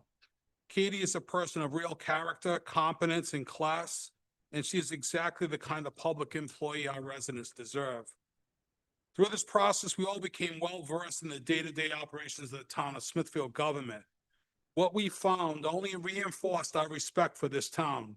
Smithfield is well-run, with dedicated employees led by outstanding professionals who exercise leadership every single day. I want to be clear that every recommendation we bring forward today is not born of criticism, it is born of respect. Our goal is to take an already outstanding foundation and nudge it to an even higher level of excellence. With that context, let me walk you through the recommendations. And Mr. President, members of the council, what I plan on doing is I'll read the question that we're proposing.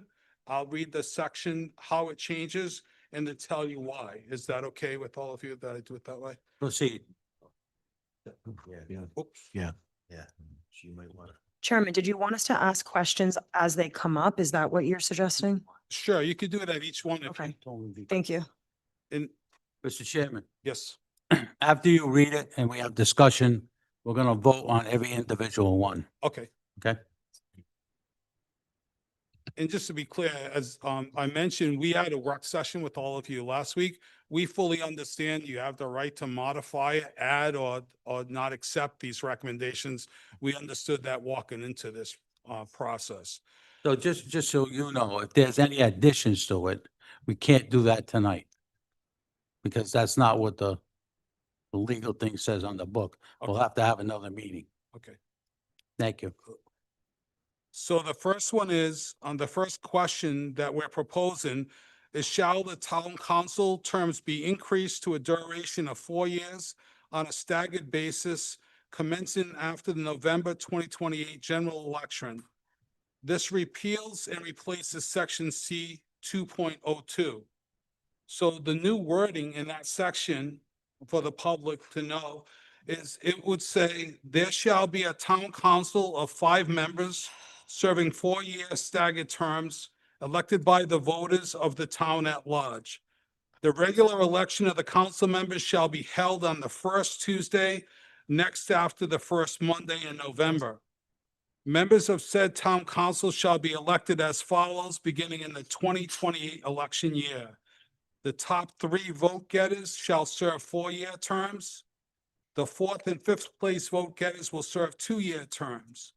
Beginning with the 2030 election, all town council members will serve 4-year terms, effectively creating staggered 4-year terms.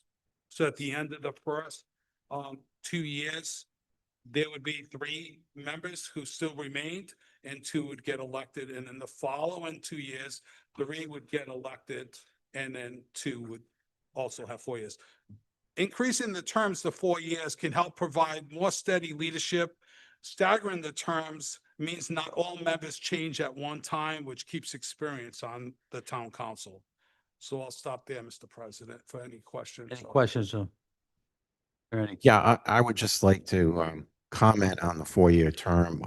I'm in favor of it because it is staggered. Our current election process of having 10 or more candidates running for 5 seats often makes it more difficult to recruit and elect the most qualified candidates. It makes it difficult for voters to become familiar with each candidate's positions and qualifications. Biannual November elections of all 5 town council members also interferes with the efficiency of town government, as all 5 council members need time to conduct their re-election campaigns. Staggered 4-year terms would make the recruitment of quality candidates easier. From a candidate's perspective, a newly elected official serves on the council for barely 18 months before having to put in the time and increasing expenses, and it really is going up, to run a re-election campaign. Newly elected members of the council usually require a significant amount of time to familiarize themselves with the procedures of town government and issues that have already been introduced to the council in place before the election. Theoretically, under the present procedure that we have, it's possible to have 5 new members elected to the council, leaving no institutional knowledge among the members of the council. So this is why I am in favor of the 4-year staggered terms. Anyone else? I'd make a motion to approve. Any more discussion? Hearing none, all those in favor? Aye. Nays, ayes have it. Item number 2. Okay, thank you. The second one is, shall the definition of notice be amended to add posting on the town website? This amends section C-2.086 and C-2.13D. And what we do in that one, it says, right now, it says the notice of public hearing shall be published in 1 or more newspapers of general circulation in the town. We suggest adding and posted on the town website at least 1 well in advance of the public meeting.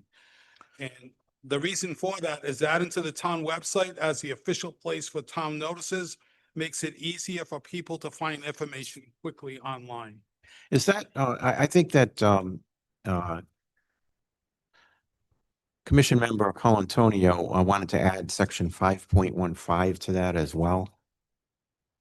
And he recommended that because that would be impacted as well. Well, this is what passed our commission, what is presented here. So I have a question. This, Yes. Question for the solicitor.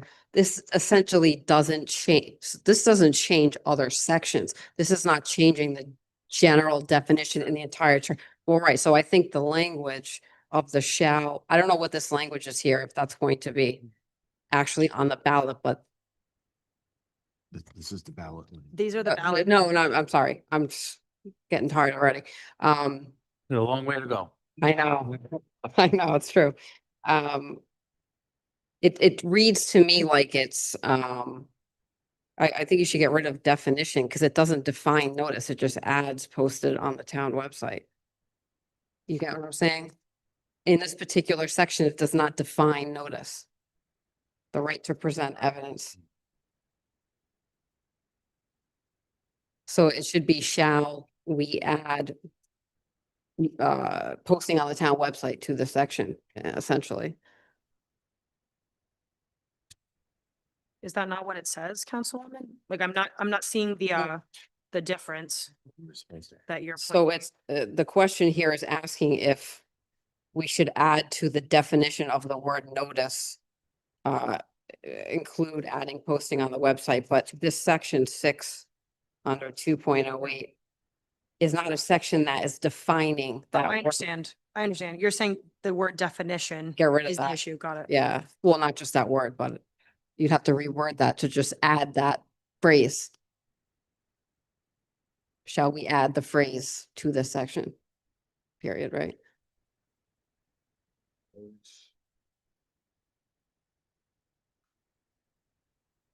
And I'm not sure if it changes things, but you'll see also when I speak about section 2-13, we're also adding there as well as post on the town website. So I'm not sure. I'll leave that to the legal counsel, if I'm soliciting. Can we just say shall section C dash 2.08 and C, like, put those in the ballot question? Shall section blah, blah, blah, and blah, blah, blah be amended to add? Notice requirement. Yeah. Posting on the town website. Is that appropriate to have the charter section in the ballot question like that? All right, then I think that's fine. It's just a word. Okay. So I don't agree, this is a good idea. Yeah. It's just wording, Right. which, yeah, they're gonna take care of. Right. So Councilwoman, is that I'm sorry, for can you you? repeat what your, can you repeat that? Shall section C dash 2.086 and section C dash 2.13D be amended to add posting on the town website? As notice. Include. Yeah, be amended to include, As notice on the town website. yes. Yes, Basically replace yeah. definition with the section number. Yeah, I'm wondering if this came from my suggestion that that should be included, which would just be under C 2.13, but yeah, if you want to include something else, I mean, that's up to solicitor if we can do both sections in one. Yeah. I'll entertain a motion as amended. I'll make As a motion amended. to approve as amended. I have a second. Second. Any discussion? Hearing none, all in favor? Aye. Nays? Ayes have it. Item number 3, Mr. Okay. Chairman. Thank you, Mr. President. Number 3, shall the provision to require an ordinance be removed for conveyance or leases of any real estate of the town? It removes section C 2.125. And, so the wording that would be taken out would be convey or lease or authorize conveyance or lease of any real estate of the town. The reason for this is removing this step makes it easier and faster for the town to sell or lease property. These actions will still require a majority of the vote by the town council, but it speeds up the process because on the business side, people aren't willing to wait. They'll just move on to somewhere else. So it helps you to be more efficient at what you do. So that's our recommendation. Any questions for the chairman? Hearing none, I'll entertain a motion. Sorry, Oh. yeah, could we just maybe slow down a little bit if you don't mind? Oh, public comment, yeah. I would be in favor of this. Doing this essentially removes some transparency, but I think the plan is for us to submit an ordinance that would require a public hearing for lease of any realistic conveyances or leases of any real estate in town. So with that, I think the issue is the 30 days. So there's no more waiting of 30 days that it goes into effect. Well, I think, I think. different, right? yeah, I That's the think- number 4. Yeah, this issue, it has to do with having to actually pass an ordinance to convey property or to lease property. It makes no sense to lease property. As far as conveyances, I think we still want to have public involvement when we convey property.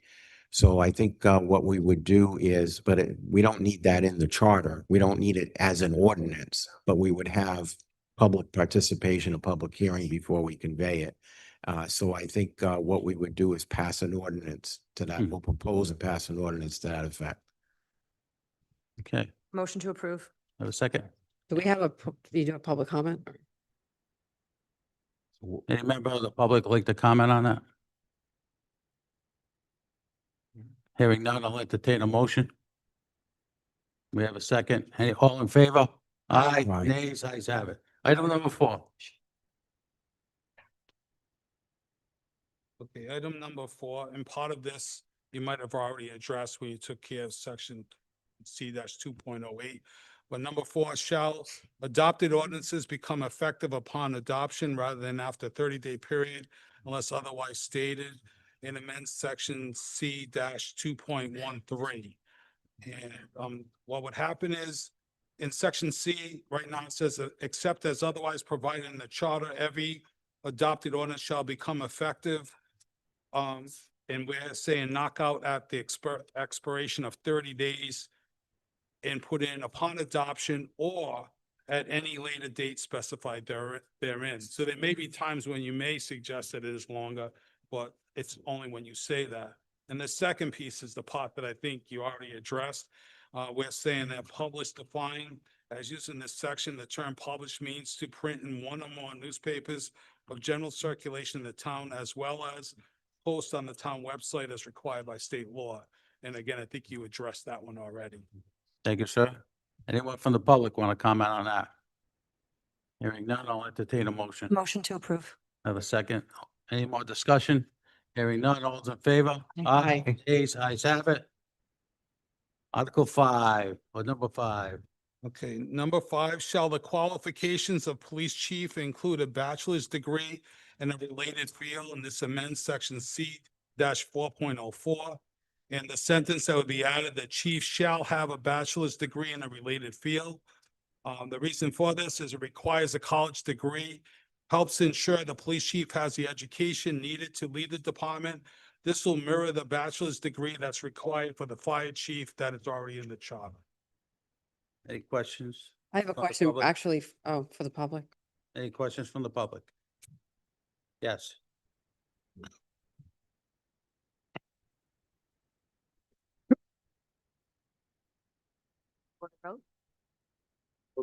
Pull the mic down. There you go. Thank you, by the way, for all the work that you've done, the hard work the Smithfield Charter Review Commission has done. Really appreciate the recommendations. But I do have a suggestion. And it is about the police chief shall have a bachelor's degree in a related field, which I'm not suggesting that not be removed, but that maybe we add in that perhaps a number of years equivalent would equal that bachelor's degree, maybe 15 or 20 years. I'd hate to see someone with that kind of experience be eliminated from that position simply because they don't have a bachelor's degree, but their experience and they've been successful in their job, that they'd be eliminated from being in consideration. So I would like to see that added if possible. Again, I'd hate to see someone with 5 years experience, a bachelor's degree, interview for a position with someone with 20 years experience would not even be allowed to interview and have a successful career. It's already, Well, so all this is matching everybody else, but we don't hire anybody without a bachelor's degree. So this will help our own employees, our own police department be able to move up and be a number one. We don't have to go outside anymore. I think that's wonderful, I do. But what about the person that's been on the force for a long time and hasn't had the opportunity? And I do understand that you may hire people who. Not hired without a bachelor's degree. Yeah, that's where I was going with it. They have to have it. Yes, I understand. What I'm suggesting is that they are right, their chances are they have no experience. So a bachelor's degree would be very important, I think, in the beginning of a career. It shows commitment to education, commitment to the studies and so forth. However, I've seen many people, and I was a recruiter for a number of years, many people who had a number of years, including on the police force, that very good in circumstances did not allow for a bachelor's degree. I think that's a difference between someone newly joining the police force to someone who's been on the police force. I just would hate to see that door closed completely. so, And so I'm, so what you're appreciate you. requesting is already in Add-on. the charter. yes. They're just adding the in the degree. Charter, yes. So that, Degree and or equivalent education. it's already in there. Experience, you It's mean? in the ex- charter. like It's not, experience, it's yeah. not in the question. Oh, It's already in the charter.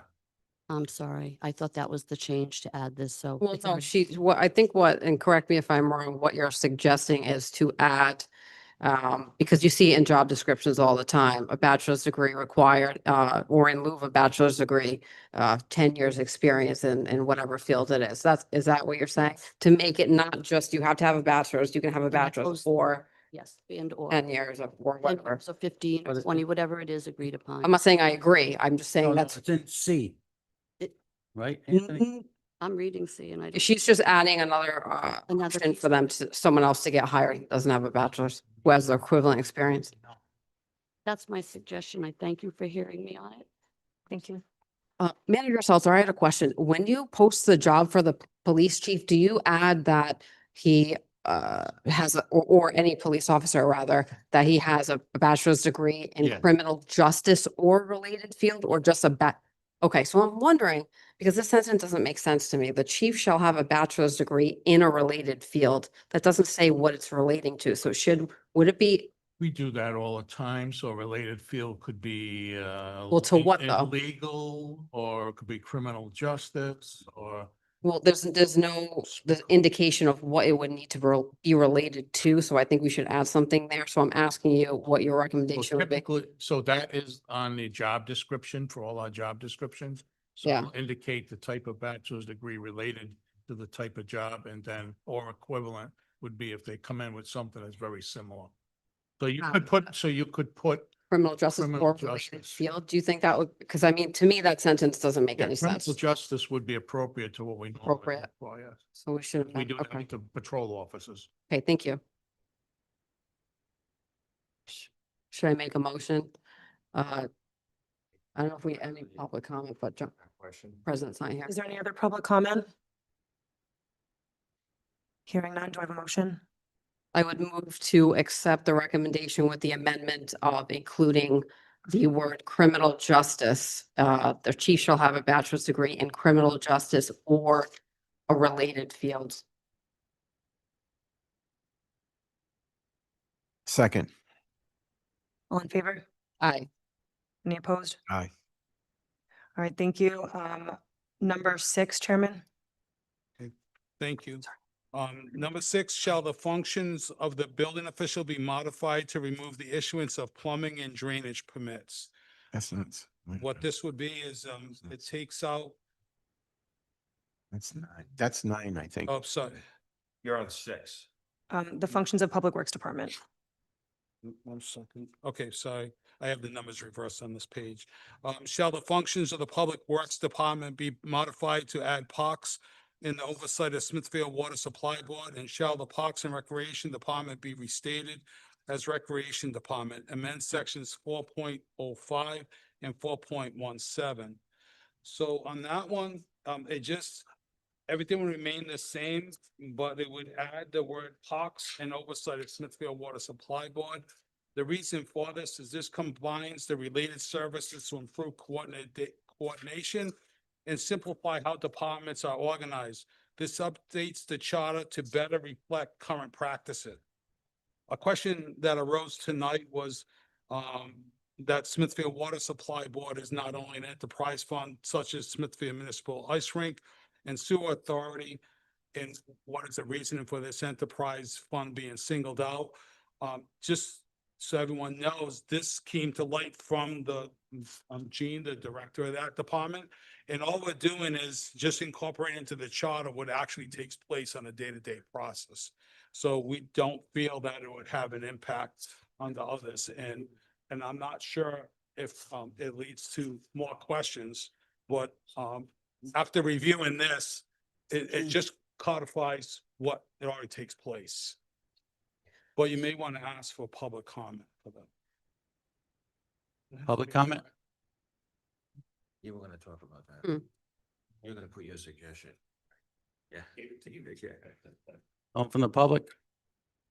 Chief, you have a suggestion on that? So,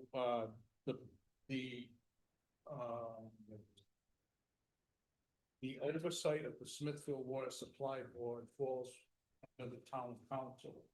That sentence should be added to the duties of the director who oversees the operations. Right, Gene? Yeah. So it's 4.05 item B, parks should be in there, but the oversight of the water supply board is done by the director of public works. Section C, you're saying? So that should go to C. Well, that should be taken out completely. Is that correct, Solicitor? Because the town council is the Smithfield Water Supply Board. So we are, Oversight of the water supply department, if you were gonna put something in, would be G. does that make sense? Yeah. Oversight of the board is the town council. Is that a, Is that, I don't think that's a department, is it? No. No, but he has, well, it is. So it's a Smithfield Water Department. That's how it's named. Good evening, Gene Allen, Director of Public Works and also the Water Commissioner. So the town council sits as the Water Supply Board for expenses and policy. The daily operations are underneath my supervision through the town manager up to the town council. so should we include anything in regards to oversight that the Public Works Department shall have oversight of, or just delete that section? Well, again, right now it's divided in, a lot of times you have, communities where you have a director of public works and you have many divisions underneath that. That's kind of how it operates. So it's actually a Smithfield Water Supply Board, which you folks are, but I manage the day-to-day operations of the Smithfield Water Supply Board. Is the Public Works Director always the Water Commissioner? No, No. it depends on what communities you go to. No, in Smithfield. Oh, in Smithfield, yes. Yeah. So why don't we add Water Commissioner to the duties of the director, that the director under 4.05C, qualification and duties of the director, that in addition to having general control and supervision and operation of the Public Works Department, shall also serve as the Water Commissioner and, subject to approval of town manager, make rules and regulations regarding the operation of the department. Can I, That would solve this. is the purpose of this to include oversight of the administrative operations, overall general operations of the water operations? So when I was before the Charter Commission, if you remember the audit that we went through a few years ago, the park portion of the Park and Recreation was moved to Public Works. All right. So as part of that discussion, I mentioned that there's no reference whatsoever in the charter regarding the Water Supply Board. So it falls underneath the duties that I have. So I was just, while you're doing the park and sliding that under and separating recreation, you should also make mention of the Water Supply Board and the daily operation of that also. What if we just add oversight of the daily operations of the Water Supply Board? I mean, is that the goal, or is that, what you said, Councilman, is different, right? Well, I think that, Or- what does Water Commissioner mean? Does Kinda that like- mean the same thing? Yeah, when you look at a DPW, generally it's an umbrella of a lot of different divisions. Right. So you have your highway division, your fleet division, your park division. Yeah, I don't know your how water you do it division. all, but What's that? I don't know how you do it, do it all. No, it's just sets it in an organization. That's what it is. Well, the goal of the section would depend on what language we put here. So if the goal is to add oversight of operations, then shouldn't we put daily operations? I don't know if that's the correct, I'm asking. So for purposes of the ballot question, shall the functions of the Public Works Department be modified to add parks in oversight of the daily operations of the Smithfield Water Department? Yes, that would be fine. That would work. Do we do public comment? Okay. I would move this section as amended by our solicitor. You have a second? Second. Any more discussion? Hearing none, all in favor? Aye. Aye, nays, ayes have it. Item number 7. Okay, just to make sure everything's in the same order. The next one would be 4.06. Shall the town solicitor's role, so we have on your list as well? Yep. Okay. Shall the town solicitor's role be revised to ensure consistency with state law and explicitly define required qualifications in section dash 4.06? In that section, we're adding that would say, and section B, it'd be functions, town solicitor shall be the attorney for the town and chief legal counsel to the town council, town manager, in all town departments, offices, board commissions, and agencies, exclusive, we'd be adding exclusive of the school department. And in section C, we would be adding qualifications, and the qualifications would be the town solicitor and any assistant town solicitor appointed by the town council shall be an attorney at law in good standing, who has been admitted to the practice of law in the state at least 5 years prior to his or her appointment, and shall not hold any office in the town government except that of acting judge or probate when so necessary. The reason for this recommendation is this makes the role of the town solicitor clearer and ensures that they have the right experience, skills, and educational certifications and licenses. Any questions from the public? Ernie, can we go retro to that? Any questions? Hearing none, I'll entertain a motion. Move to accept recommendation number 7 in regards to the town solicitor section. Have a second. Second. All those in favor? Aye. Nays, ayes have it. Item number 8. Okay, the next one is shall the Director of Human Services, Section 4-09, be renamed the Human Services Department with organization, functions, and required qualifications added. This amends Section C-4.09. And C.409 will be striking what it says and add in, Section A, organization, there shall be a Human Services Department, the operating head of which shall be the Director of Human Services, who shall be appointed by and serve at the pleasure of the town manager. B, functions, the Human Services Department shall administer social and senior services and provide programs, education, and advocacy promoting the health, safety, and engagement of residents. The Human Services Department shall respond to emergency conditions affecting public health, welfare, and shall perform such other duties as may be assigned by this charter, ordinance, or state law. Section C, which would be added, qualifications and duties of the director. The Director of Human Services shall possess appropriate supervisory and administrative experience, a bachelor's degree. The Director of Human Services shall be charged with supervision of the Human Services Department and may, subject to the approval of the town manager, adopt rules and regulations governing department operations. The purpose of those changes is updating this to a department helps it better serve residents and ensures staff have the right training and education. This places the senior center under the Human Services Department. This updates the charter to better reflect what is actually happening in current practices today. Any questions from the public? Hearing none. Any questions from the council? I have a proposal for the language and followed by a question. I would like to suggest amending the language under Section C, qualifications, to read, the Director of Human Services shall possess at least 5 years' experience in social services, program administration, and staff supervision, and a bachelor's degree in human services, public administration, or related field. And the justification for that is to ensure the individual has the proper qualifications for the job. The proposed language of appropriate supervisory and administrative experience and a bachelor's degree, in my opinion, being a recruiter is far too vague. Why would we not hold this director position to the same standards of expertise as we do the others? I don't think I can agree to that because we don't pay. We don't want, I'm We sorry. don't pay Pay for what? those degrees.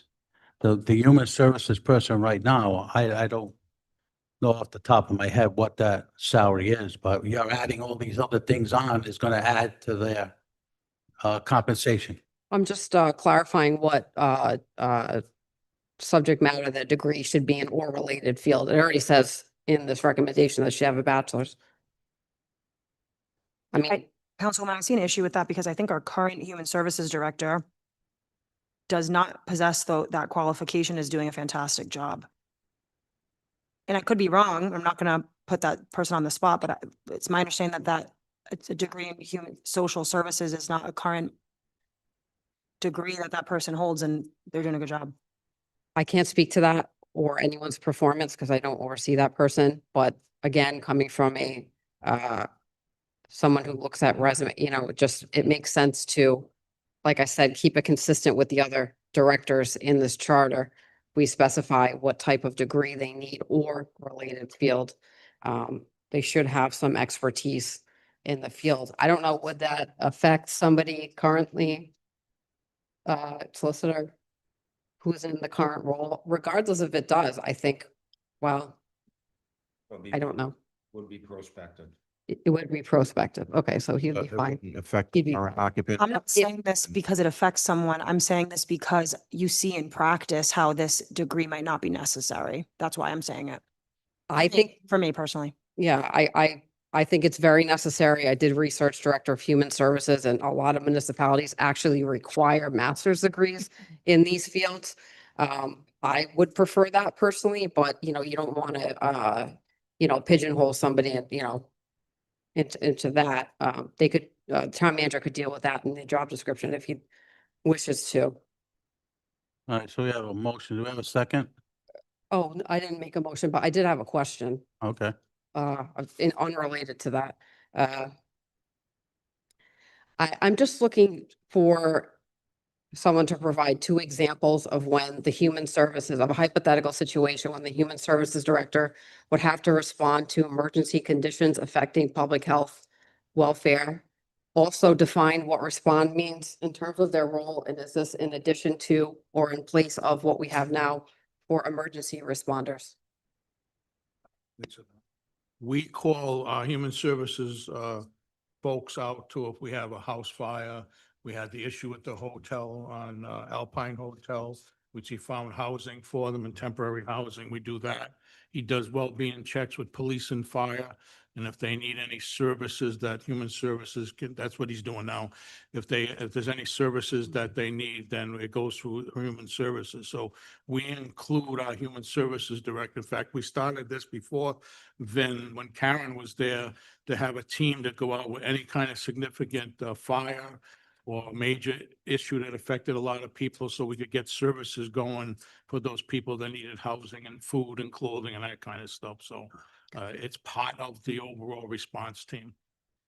I'm just curious how it's different from emergency management director responsibilities. He comes out too. They both come out. Right, that's what I'm saying, like what you just stated, like helping them with housing and clothing. I know Director Manning deals, he gives them blankets and heaters, et cetera. So I'm wondering how it's different. Is it the Well, same type he of?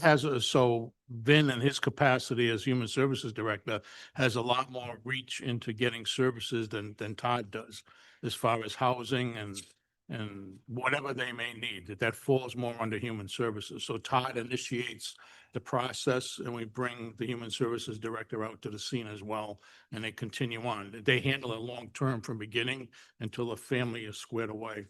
And he works with Mr. Sutcliffe as well. We get a lot of money through there to help these families out too. So it's to supplement the police, Correct. fire, and the Correct. emergency. Okay, Correct. thank you for clarifying that. Yep. So I would move to amend the language of section 4.09C. The first sentence to read, the Director of Human Services shall possess at least 5 years' experience in social services program administration and staff supervision, and a bachelor's degree in human services, public administration, or related field. Second. Any discussion? No discussion? All in favor? Aye. Aye. Nays? Nay. Any discussion? Hearing none, all in favor? Aye. Nays? Nay. Nay. Ayes have it. 3-2. Item number 9.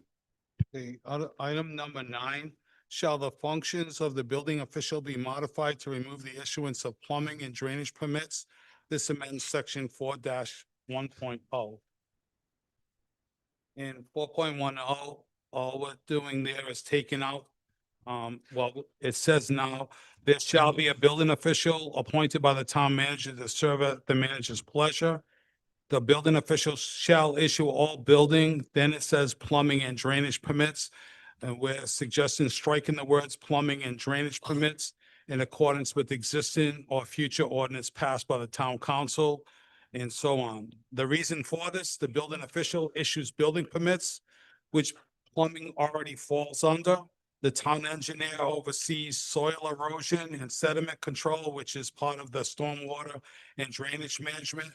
This updates the charter to better reflect what actually happens in the current day. Anyone from the public? Any questions from the council? Motion to approve. Any more discussion? Hearing none, all in favor? Aye. Nays? Ayes have it. Item number 10. Okay, item number 10, this was at the request of the Conservation Commission. Shall the Conservation Commission be required to submit an annual report to the town council. This keeps the town council informed and helps the public understand the commission's work each year. This change is at the request, as I mentioned, of the Charter Review Commission. So we'd be adding the sentence at the end of that. The Conservation Commission shall submit a report to the town council on an annual basis. Any questions from the public? Hearing none. Any questions from the council? Mr. President, if I may, I think the chairperson of the Conservation Commission is here. Is that correct? Oh, no, that's not correct.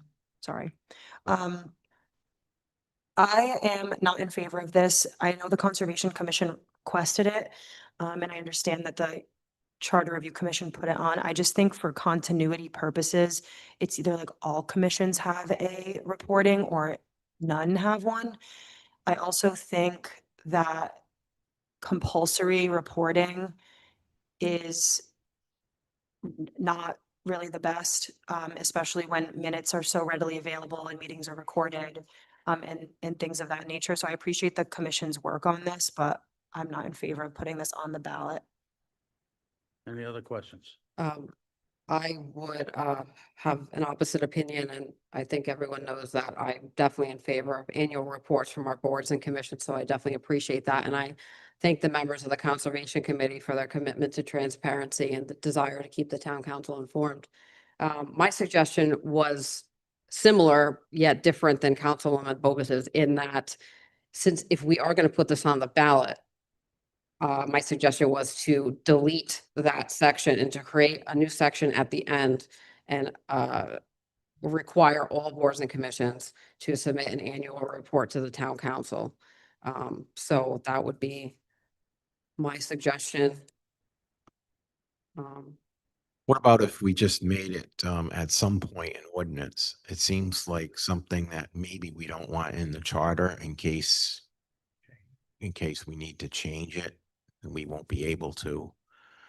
There might be some boards that would be reporting on a different basis or whatever. And, you know, I think that it makes more sense to be an ordinance rather than, you know, actually in the charter, I think. I think for the purposes of today's discussion, as far as putting it on the ballot, I would make can I make a motion in the negative? Is that a thing? You make a motion. Reject. The question. Okay, to reject. I would make a motion to not accept this question for the ballot.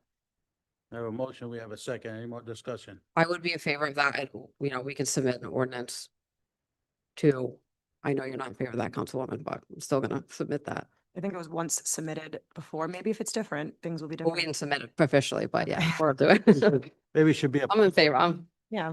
Well, you'll have time to convince her that she's wrong. I have a motion on the floor. We have a second. Any more discussion? Hearing none, all those in favor?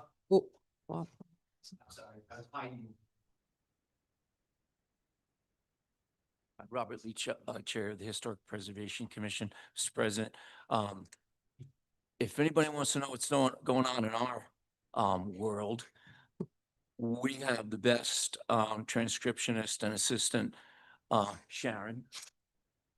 Our 7 to 8 page meeting minutes, every single meeting, I think would be more than enough.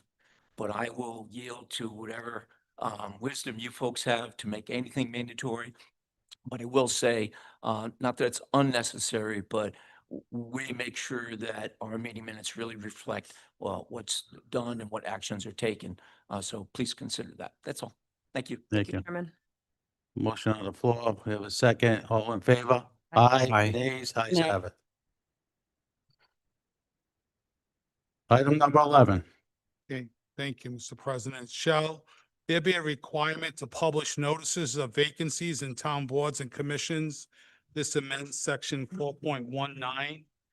And in that section, right now, it states if during a term of office of a board or commission member dies, resigns, or ceases to be qualified voter and resident of Smithfield, the position shall thereupon be declared vacant by the town council. And we're recommending adding to that, the council shall publish public notice of said vacancy. That's the new words, and then a continue, and the vacancy shall be filled for the remainder of the term in the same manner as the original appointment, unless otherwise provided by this chapter. The new wording at the end would be published for this section shall be defined from section C-2.13D, spot 13D. And again, I'll go back, I leave it to the solicitor whether the changes you made earlier, if that affects that last statement where it's posted. Any questions from the public? I have a, I just have a comment. There's been a few instances where we had board commission members do outrageous things. And we had to ask for their resignation. But there's no provision in there that the council can take action against a board or a commissioner and remove them because of their outrageous acts. So I would suggest that we add some language in there that says that obviously if a board or commissioner was, I'll just use this for an example, got arrested, DUI, or any other outrageous things, that the town council can remove them for their position. Right now, we can't, supposedly, we can't. That is number 11. Vacancies, under vacancies. Well, that's, I'm not opposed to that, but was that, we can't add that onto the same section, solicitor, because that's the vacancies, is that right? That speaks to vacancies, it's not, would it be a different section? What if we just said that all board and commission members serve at the pleasure of the town council? That's fine. That would That works. simplify it. Why and don't then- That works. Why can't we add that to the ordinance? If we Yeah, do, can we add that to it here? no. Meaning like if we're doing an ordinance on boards, I think the whole boards and commission process needs to be redone anyway, so that's a good suggestion. Right. So I'd that could rather be do a it in good an provision for an ordinance. ordinance. Not I think it's better in an ordinance Do it in an ordinance. than in the charter. Right. Okay. That way it can be passed. Motion to approve as drafted. I had a comment. Okay, Sorry, sorry. do you want to comment on this? If you put something that, everybody serves at the pleasure of the council, Be the term. think of the future. Somebody could come in and just wipe out entire boards, okay? You were talking about town council members wanting some stability. I think you want some stability on these boards as well. The provision really should be, just as the provision in the charter for the, and we went through this in the Charter Review Commission a little bit, the provision would have to be analogous to the situation where if it was a sitting council member and there was an action, there was an incident that happened, this town council is a judge of the qualifications of all of its own members. So the town council appoints all these board and commission members, so they should basically sit in judgment of, their appointees. But there'll be a process in place. You'd have to have a hearing and due process and all of that stuff. So we have to do that as a policy or a ordinance? Yeah, I mean, you can do it in an ordinance. All right, so we'll just leave this as is and then we'll work on something else. Is that okay? Well, but this is the questions on the notices of vacancy. I think there was a motion to approve it, right? The motion to approve, and it was a second. Just a quick comment. I'd just like to thank Member Lawton for bringing this to the table. This is one of the suggestions that I brought forward, and this is extremely important for transparency, fairness, inclusion, and public participation on our town boards and commissions. So thank you for considering that. All in favor? Aye. Aye. Nays, ayes have it. Aye. Number 12. Okay, number 12, shall the town engineering department be added to the charter to outline the organization, functions, and required qualifications of the town engineer? This creates a new section C-4.24. I'll read this. It's a little extensive, but please bear with me. So the new one will be C-4.24, Town Engineering Department. A organization, there shall be an engineering department the operating head of which shall be the town engineer, who shall be appointed by the town manager and at whose pleasure the director shall serve. B, functions, the engineering department shall be responsible for providing the engineering advice and services inclusive of the sewer department to the town manager, the town council, and all other departments, offices, and agencies of the town. The engineering department shall be responsible for the administration and enforcement of all applicable statutes, codes, rules, and municipal ordinances relating to engineering, public infrastructure, stormwater management, soil erosion and sediment control, and floodplain management within the town. The engineering department shall review and approve plans, specifications for the construction, alteration, or improvement of public facilities, and for private development projects affecting public sewers, drainage systems, or rights of way, as well as performing other related functions as may be required now or hereinafter by this charter, ordinance, or state law. C, the final section, be qualifications and duties of the town engineer. The town engineer shall have a bachelor's degree in the area of engineering and shall be a registered professional engineer, licensed to practice in the state. The town engineer shall have control and supervision of the operation of the engineering department, as well as serving as the superintendent of the sewer authority, and shall, subject to the approval of the town manager, make rules and regulations relating to the operation of the department. The reason for this suggested section is adding this to the charter clearly defines the department's role and ensures proper planning and oversight of projects. This department is already budgeted for, but their functions and qualifications are not in the charter. This updates the charter to better reflect current practices. Any questions or concerns from the public? Hearing none, any questions or concerns from the council? Hearing none, I'll entertain a motion. Have a second. Any more discussion? Hearing none, all those in favor? Aye. Nays, ayes have it. Lucky 13. Yes. So, section 13, item number 13, shall a municipal library system be added with locations in Esmond and Greenville and overseen by a board of trustees appointed by the town council? This adds a new section C-4.25, which I will read. Section 4.25, the municipal library system. There shall be a free public library system consisting of two branches, one located in Greenville and the other in Esmond, established and governed in accordance with Title 29, Chapter 4 of the Rhode Island General Laws, with the Board of Trustees appointed by the Town Council. Rhode Island General Laws 29-4, this would match how Rhode Island General Laws are referenced in the charter. And then see section 5.14E. The reason for this creates a clear system for running libraries. It helps make sure the community has access to learning resources. The town will maintain two separate library locations. Currently, the town provides municipal funds with no direct oversight.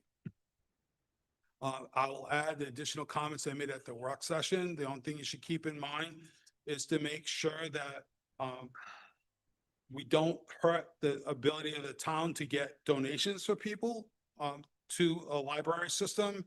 And I want to make it clear that we did not, this was brought to us as a recommendation. We did not interview either board of the library. So this was made without their input. So I would suggest listen to their input as well. Thank you, Mr. Chairman. Any questions from the public or concerns?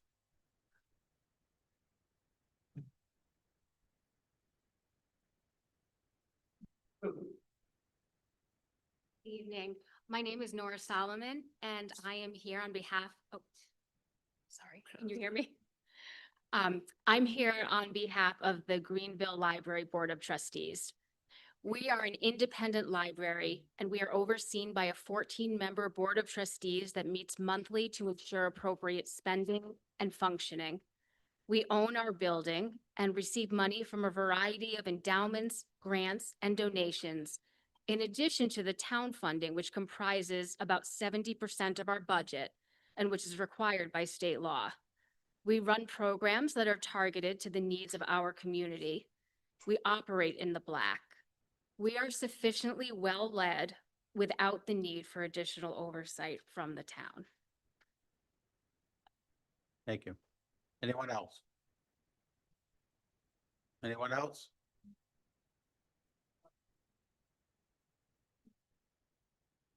Take your time. Barbara Boucherie, I'm on the board at the East Smithfield Library. The issue I have is with the town being able to appoint the board members.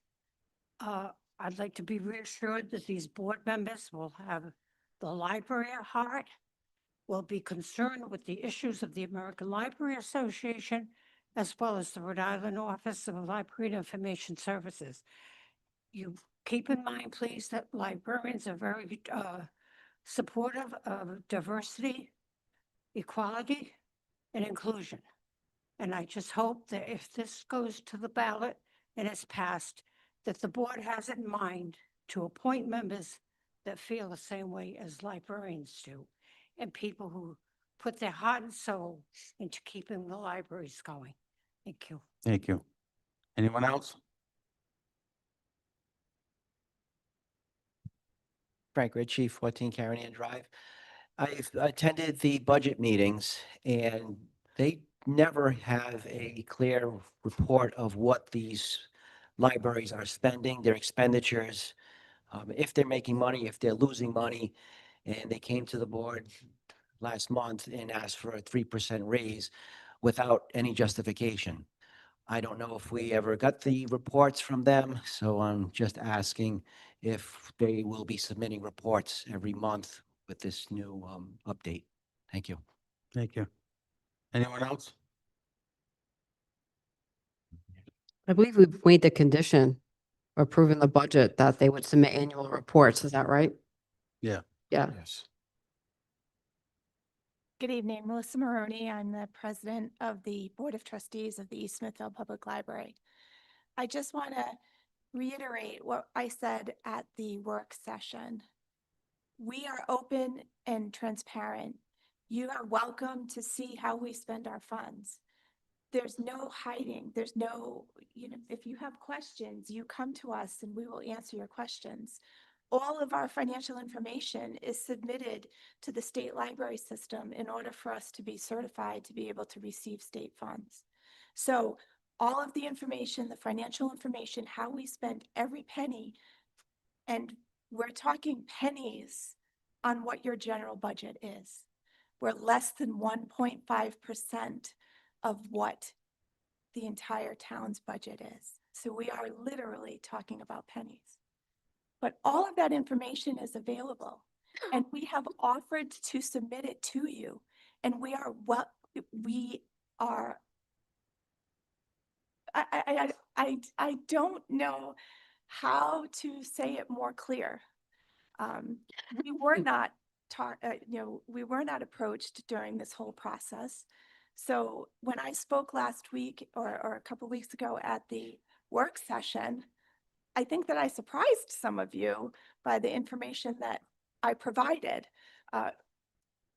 We're just here to keep the libraries of Smithfield, the libraries of Smithfield. We're not here to become a conglomerate library that loses the spirit of our town and is unable to provide the services that each library provides individually, yet works together to provide as a whole. That's the most important part of what this comes down to.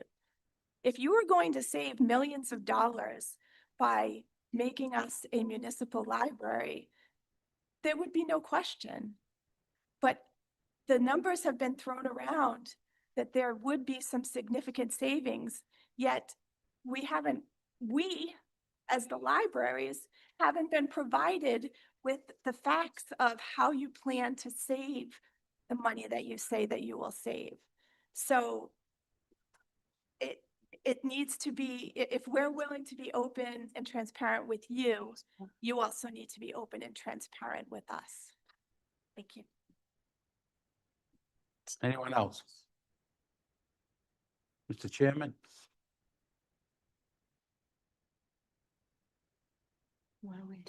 I will tell you that your last comment concerns me as far as donations to the libraries.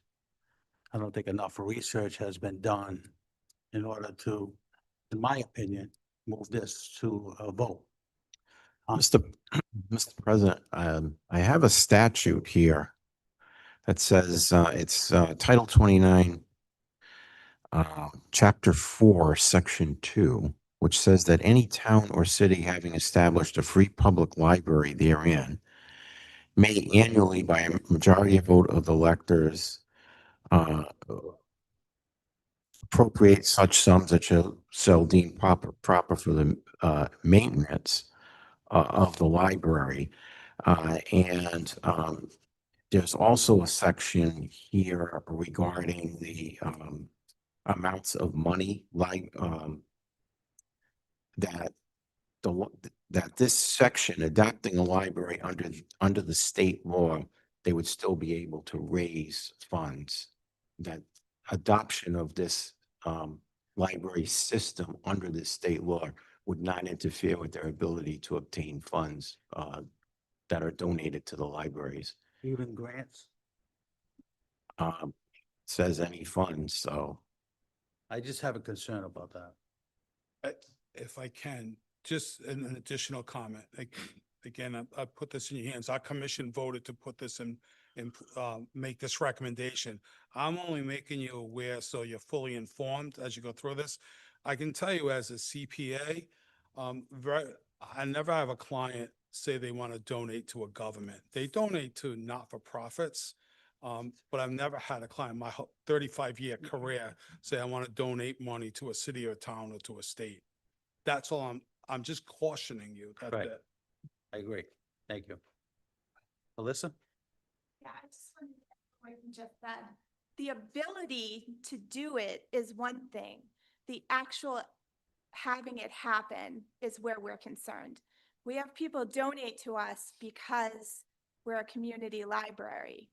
They're not going to donate from what people have told us. Like, I'm not saying this on hearsay. We've had patrons say, I don't need to donate to my town. I'm donating to support my community library. And that's something that needs to be considered. Thank you.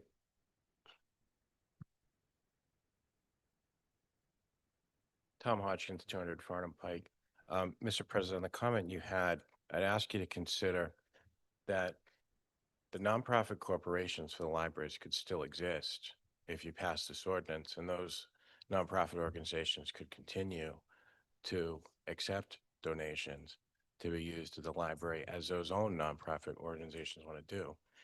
Be similar to the various organizations that parents and other people donate for the schools, such as sports boosters or music boosters or other types of organizations like that, that make donations to see that certain things are done at the schools. See, the only concern, Tom, I have is that if we name them as a municipal library, my understanding is, and the solicitor can tell me if I'm wrong, they lose that 501c3 if they're a municipal government. Is that true? No, I don't think so. That's true. I could be wrong, but My view would be that, no, it's going to be a corollary type of organization. You have an example of one. Vince Zabelli, Human Services Director for the town. The senior center is a 501c3. That was approved well before I came in, so they do exist. But it was very explicitly how funds are donated. So if funds are going to the food pantry market or funds are going to the senior center, there's a very strict and direct line that keeps it out of the municipal fund. So it does not go back into the town budget. It stays to where it was donated from. So to honor people's donations and people's wishes as best we can. I hope that helps add a little clarity. It does help. thank you. Mr. President, that was the result of a conversation I had tonight that thought you should hear that as well. It's already being done in your community. So I've given you everything. I think we have somebody else.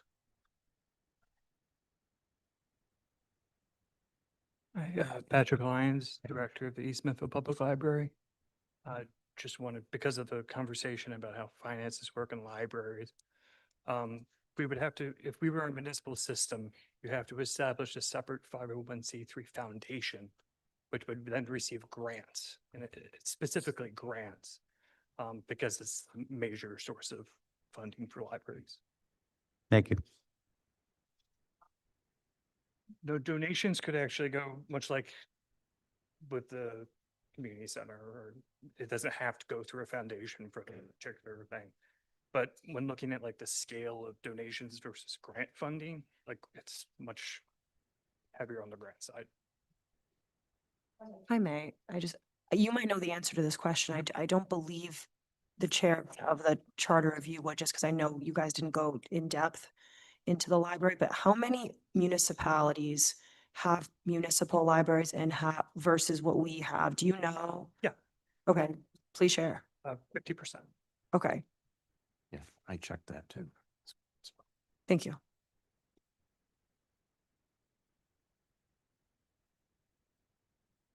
Thank you, Mr. President, we stand by our recommendation, but want to make sure you had all the facts. Yeah, thank you.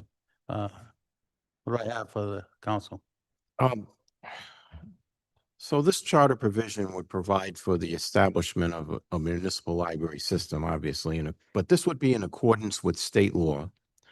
Would require that our library system have 2 branches with 2 locations, one in Greenville and the other in Esmond. To allow for continued independence of the libraries, the library branches would be governed by a 7-member board of trustees appointed by the town council to 3-year staggered terms. Although our current nonprofit libraries provide excellent service to our residents in an era of tight budgets, there has been a general reluctance on the part of the town to provide the funding necessary to maintain these services. This financial hesitancy is due to the absence of the kind of accountability to the taxpayers that a town library system would bring. Increased funding through greater efficiencies could be obtained if the current libraries were part of town government. For example, insurance for both libraries would be included in the town's insurance policy. Legal services could be provided by the town solicitor. Maintenance of the grounds could be performed by Public Works. These savings would provide the libraries with the funding necessary to grow long into the future. Most importantly, if this charter amendment is enacted by the voters, a town council will not have the ability to close one of the library branches. The 2 library locations would have to be maintained unless the voters decided otherwise in a future election. In short, the creation of a Smithfield library system governed by a town council appointed board of trustees will ensure that our 2 libraries will not only continue to provide excellent services, but to also grow long into the future. The question of merging the libraries, that came up 20 years ago, and I think there was a lot of concern that one of the branches would end up being closed, and this would guarantee that we would retain those 2 branches unless the voters decided otherwise at some future election to amend the town charter. So I think this really should provide a great deal of confidence that we will continue in the future with the 2 libraries. Anyone else? Entertain a motion. Oh, I'm sorry.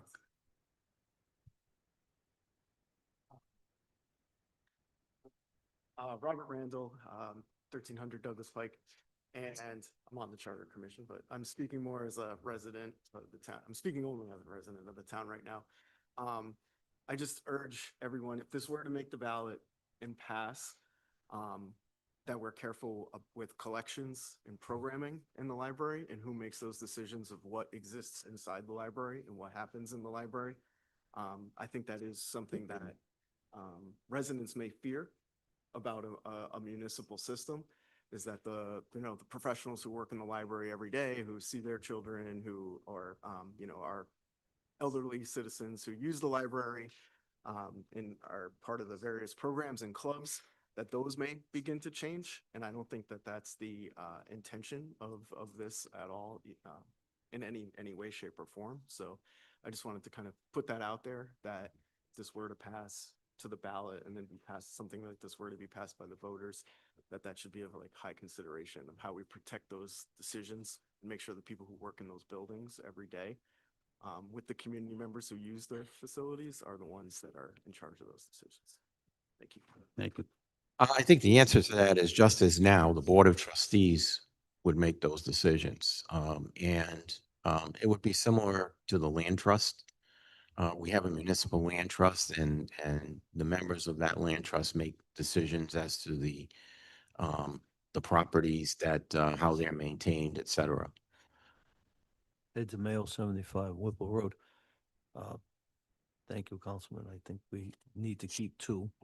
I was talking to some folks on this end. They say they can't get to another library, so we know we're gonna keep two. Can you speak up, please? As far as donations, we need to keep two libraries going. As far as donations, I haven't heard any word, maybe I didn't hear it. Transparency, I think the young lady, the director on the East Smithfield said, we're open, you can see. So donations, if they want to show that, fine. And I think they should. And I think like consolidating maybe on 7 people, but 2 libraries need to be done. And then there's so many other things that I'm listening to here, that roofs and things like that. But you have to keep 2 libraries. It's a pristine building. It's on the Historic Preservation Society. It has to be kept, in my opinion. And they're doing a great job here on this side and the other side. It's just we're talking monies, but show your donations if you'd like, or like this young lady said, they're willing to show things anyway. Just get in touch with us. So if that be the case, as far as donations, so be it. Mr. Chair, was this a unanimous vote to recommend to the council this particular item? Do you recall?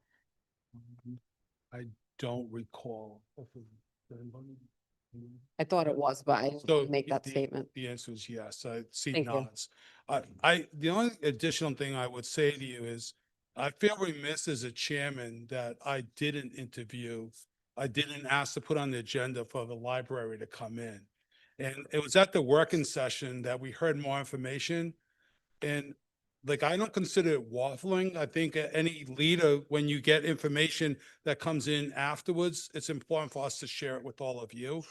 To me, I know personally, I learned something at the work session when you spoke and other people did.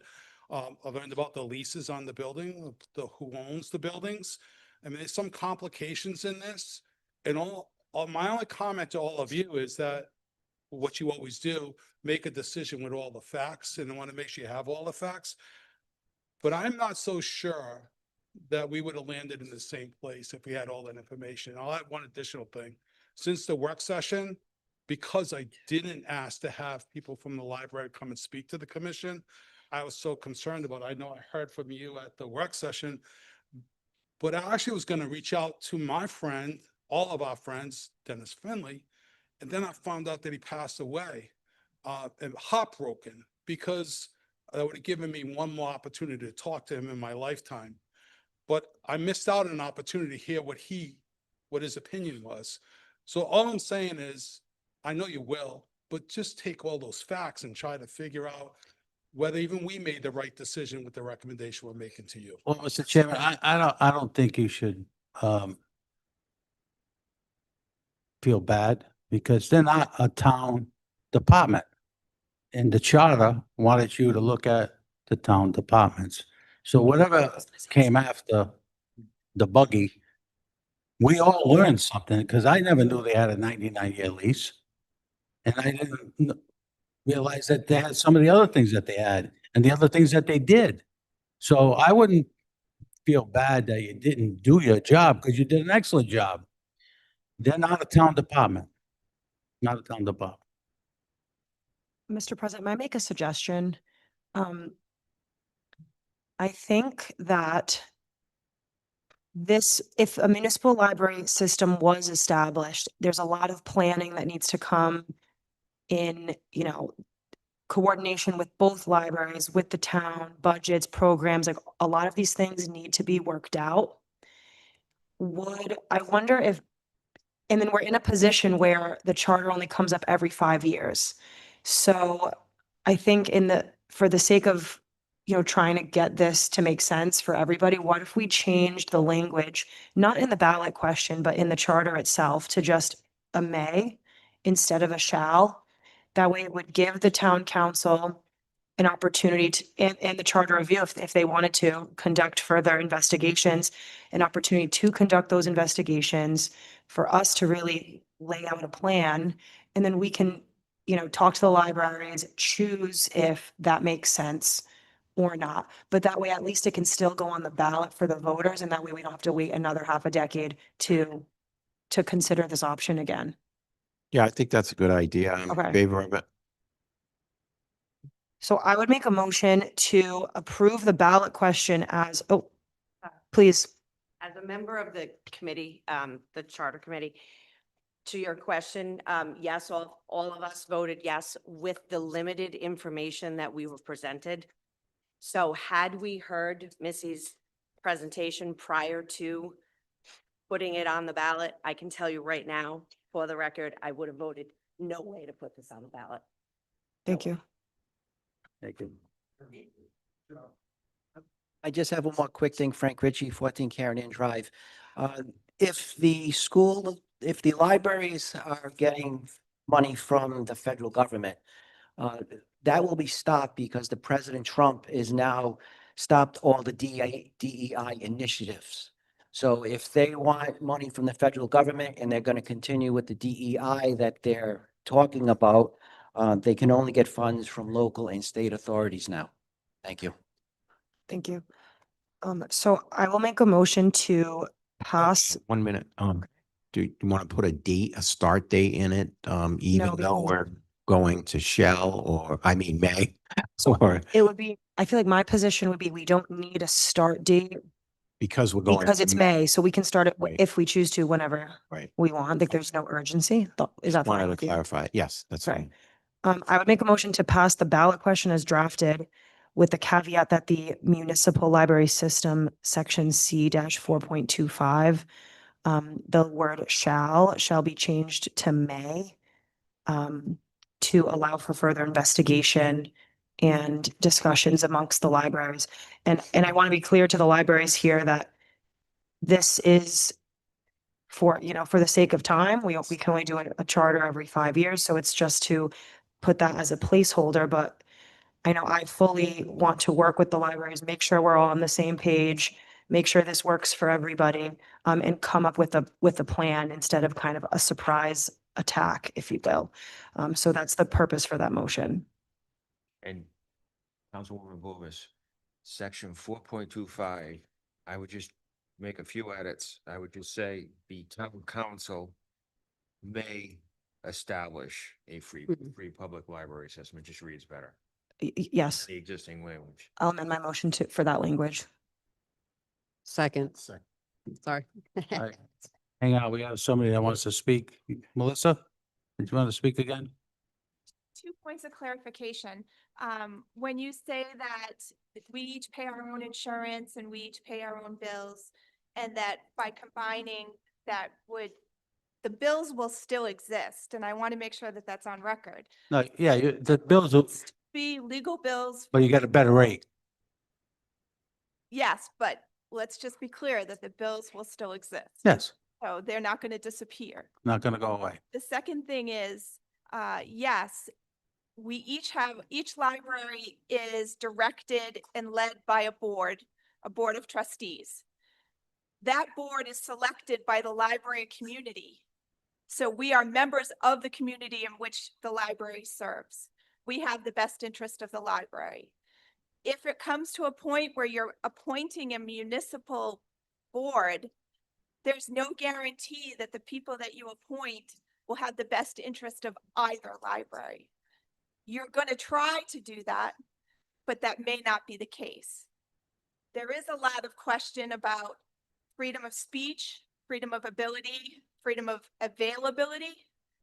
And those things are part of what makes a public library a public library. Thank you. Tom? Tom, did you want to say something? No? Okay, motion has been made. Do I have a second? We had a second from Councilwoman Toppy. Any more discussion? Hearing none, all those in favor? Aye. Nays? One nay.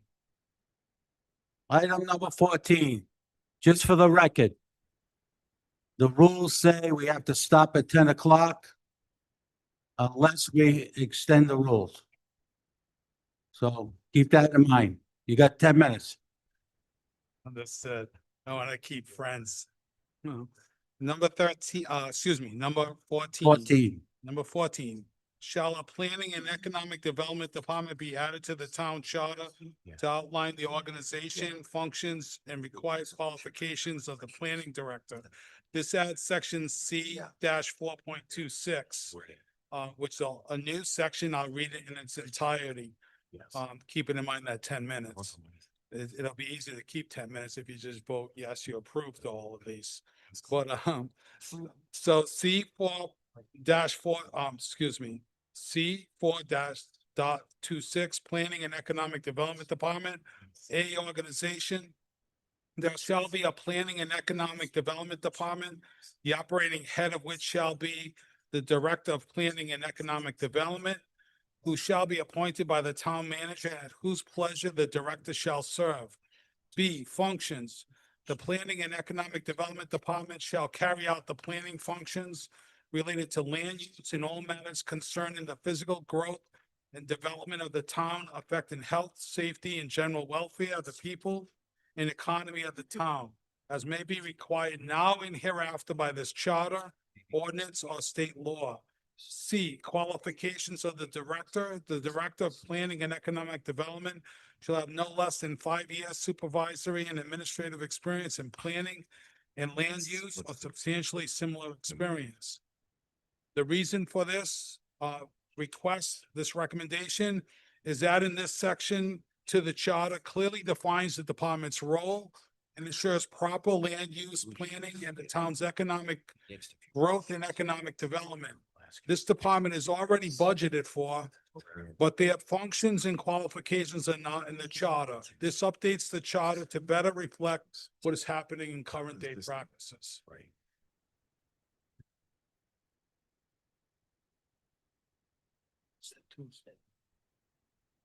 Motion to approve.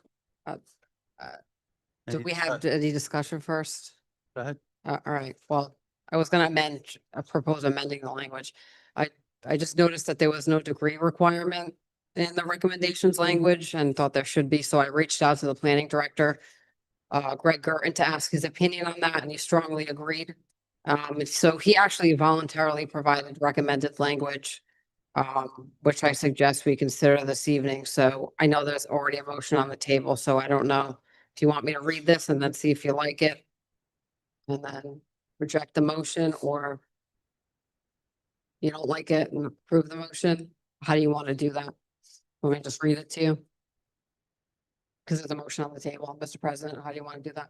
Okay, my apologies. I was. No, that's okay. Can you repeat that? I was just wondering, so there was a motion, a second on the table, so, but I was gonna propose amending the language.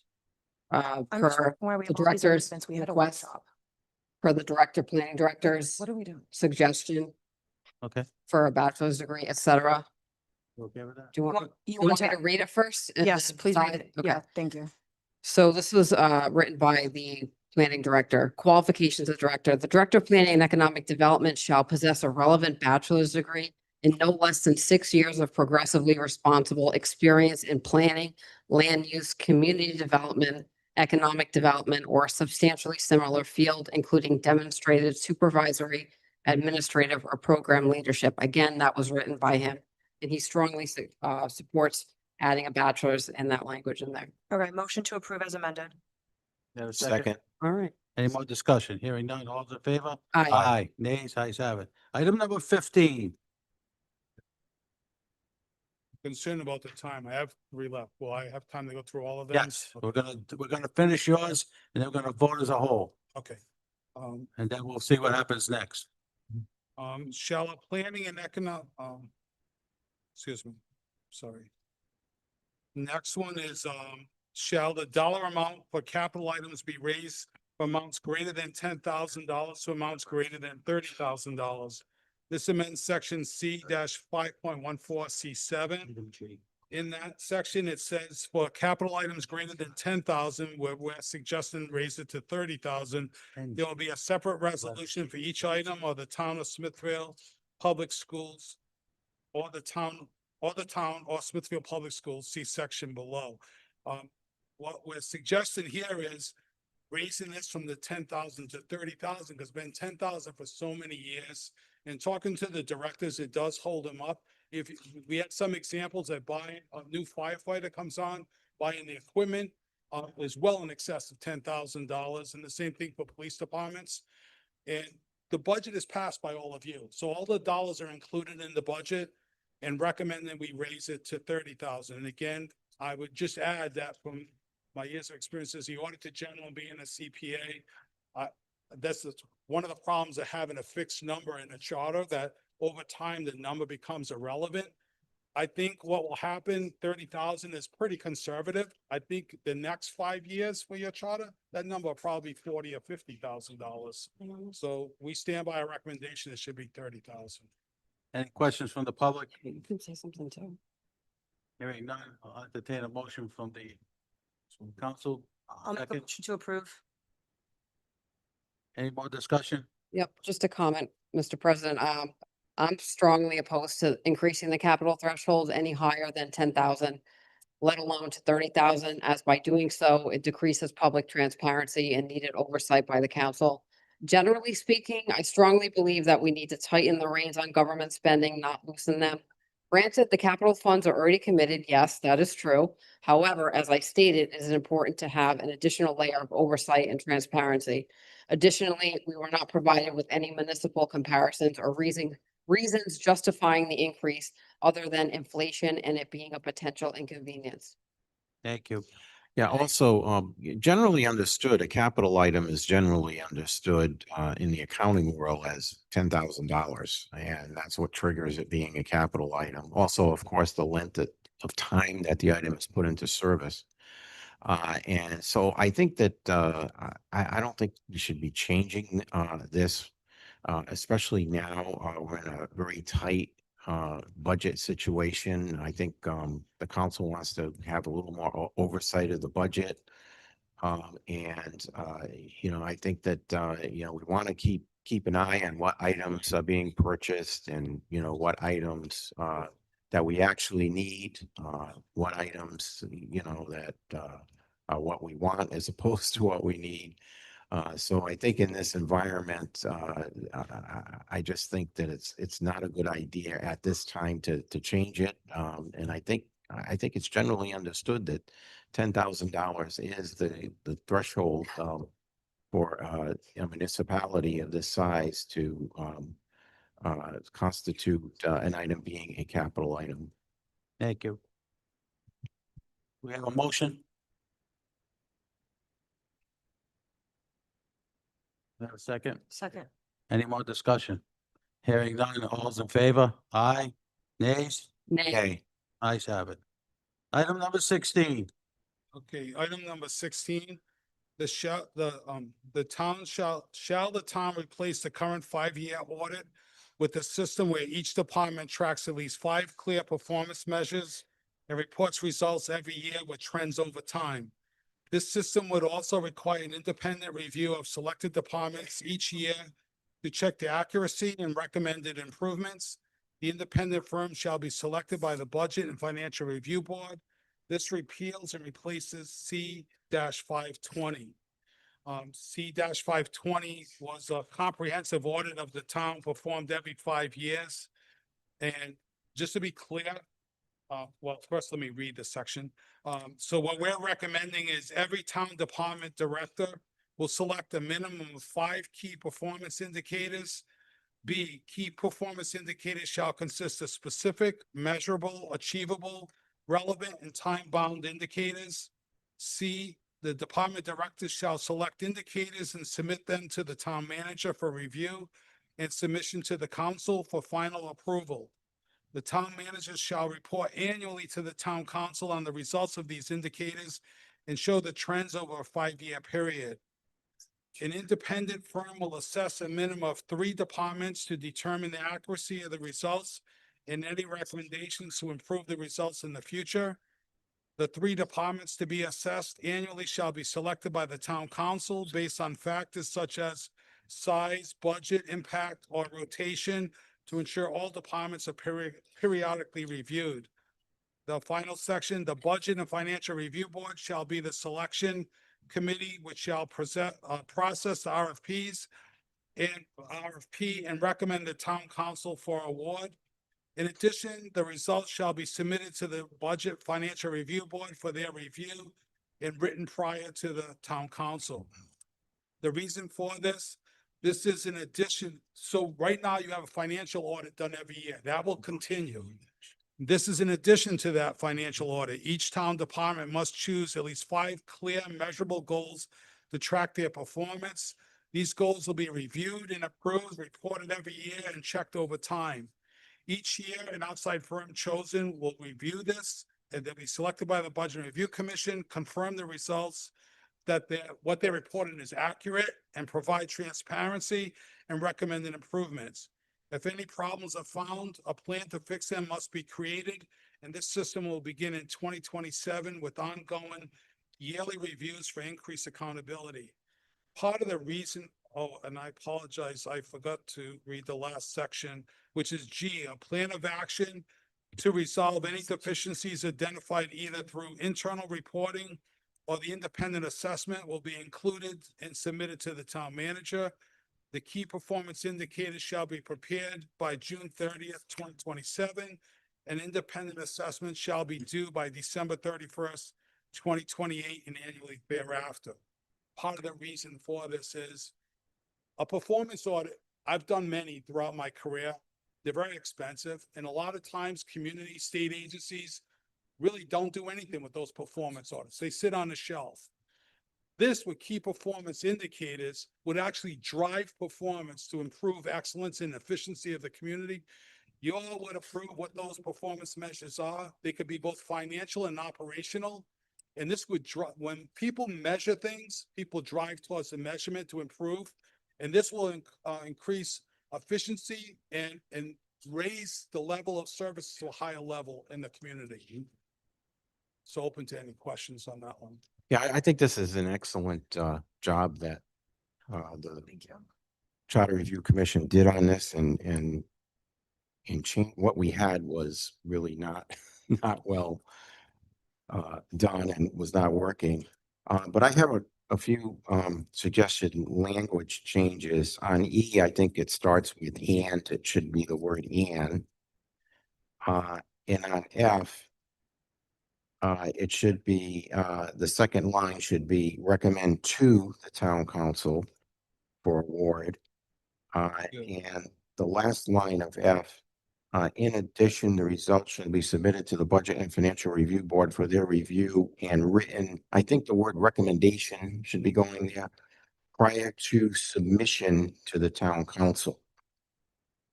Finally, G, regarding the plan of action, I think that should be submitted to both the town manager and town council.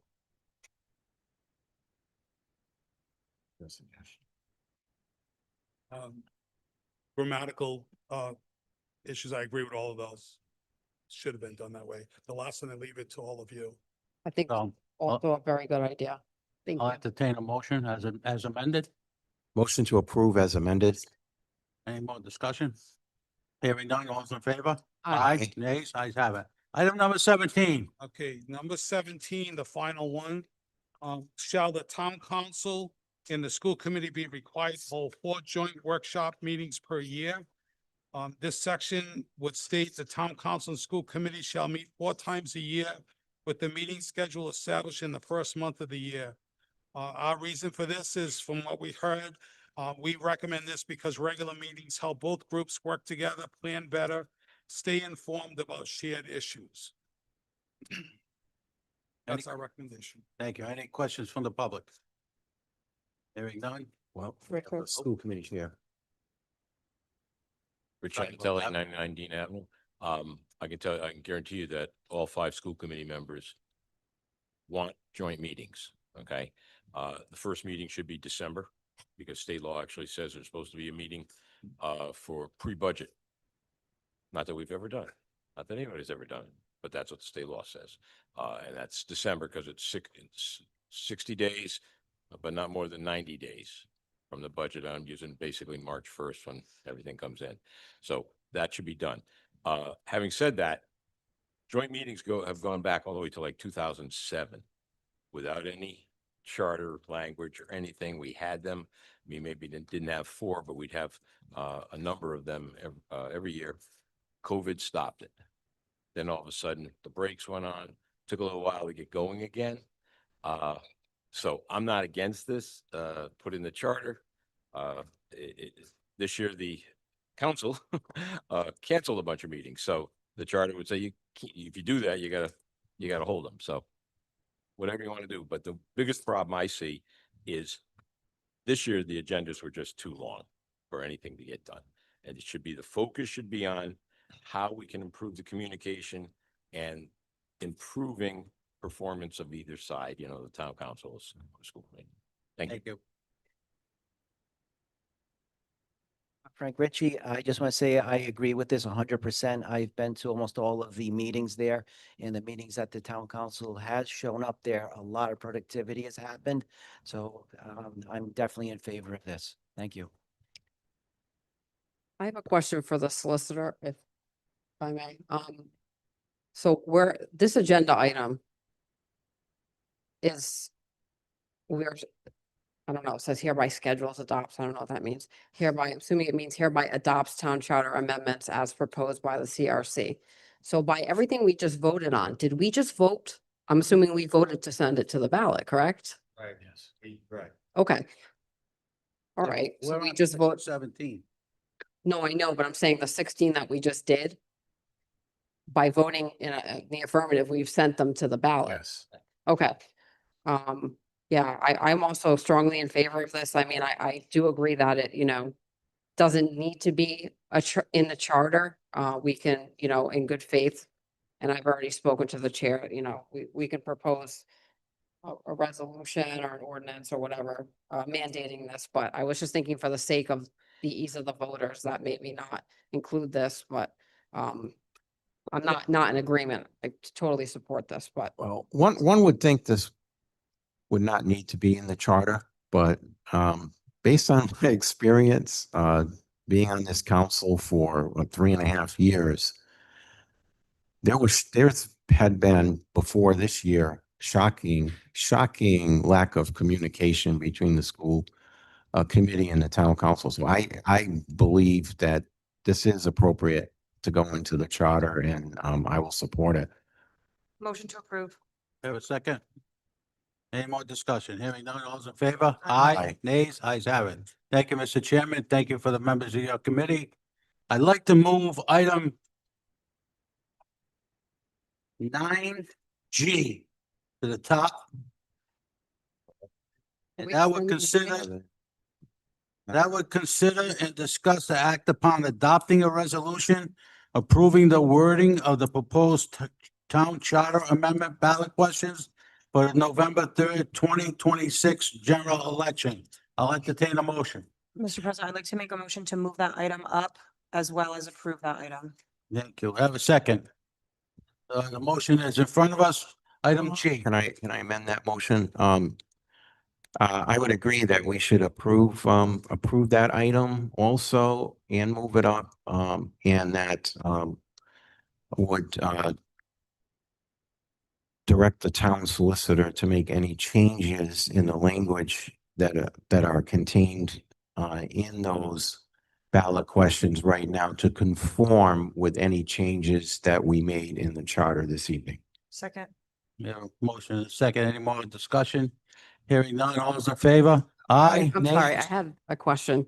Did we deny the Conservation Commission? Yes, All right, so then we have to take that out, right? it's gonna be excluded, so. Amend the motion. That's why. Oh, I'm sorry, I didn't. Change. I said. Oh, I'm sorry. Make any All right. changes No that. problem. Conform with what we've already approved. Then my vote is yes. All in favor? Aye. Nays? Ayes have it. Councilwoman? Mr. President, at this time, I know that we are running late on time. I will poll the council, I guess, to see how they would like to move forward. We do have some quick licensing issues that I think might be time sensitive, as well as some None of purchases. the license is, Okay. time sensitive. And I don't know if any purchases are time sensitive. There is one license because of the time framing of the event, so. Which one is that, please? That's for the 1-day, liquor license for Revive the Roots. Their event's gonna be held before our next council meeting. What's so the, when is that? It's soon. August 13th. No, we're gonna, go ahead, Councilwoman, keep going. Thank you.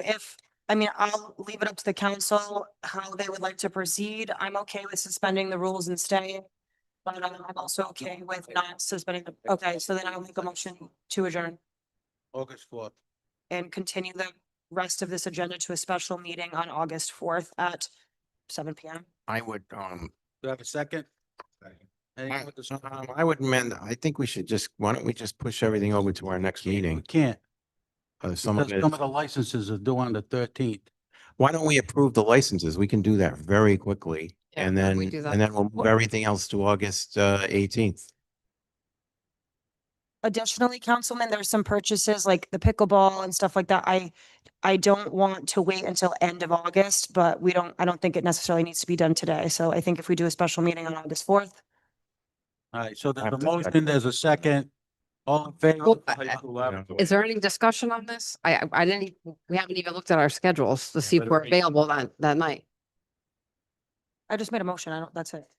No, I know, but It hasn't even been seconded. it has. Oh, Which okay. all those in favor? Discussion on the motion? Letter H here, the high school, proposal to go out for renovations. We wait till August, I mean, we're missing a lot of our construction. So this is what I'm saying, like, I don't know. August 4th, that's it. Okay. What's the- Hi, everybody. The commission is prepared tonight if you want to continue with the agenda. So No, when- just thought we'd let you know. No. There's a motion on the floor to go to August 4th. We have a second. Any more discussion? Hearing none, all those in favor? Aye, nays? Nay. No. Thank you. Ayes have it. Public comment?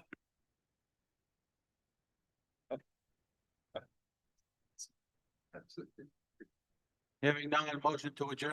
Public comment, just quickly. The bathrooms in the schools, those have to get done. There's no way you can just vote on. August 4th, we already took a vote.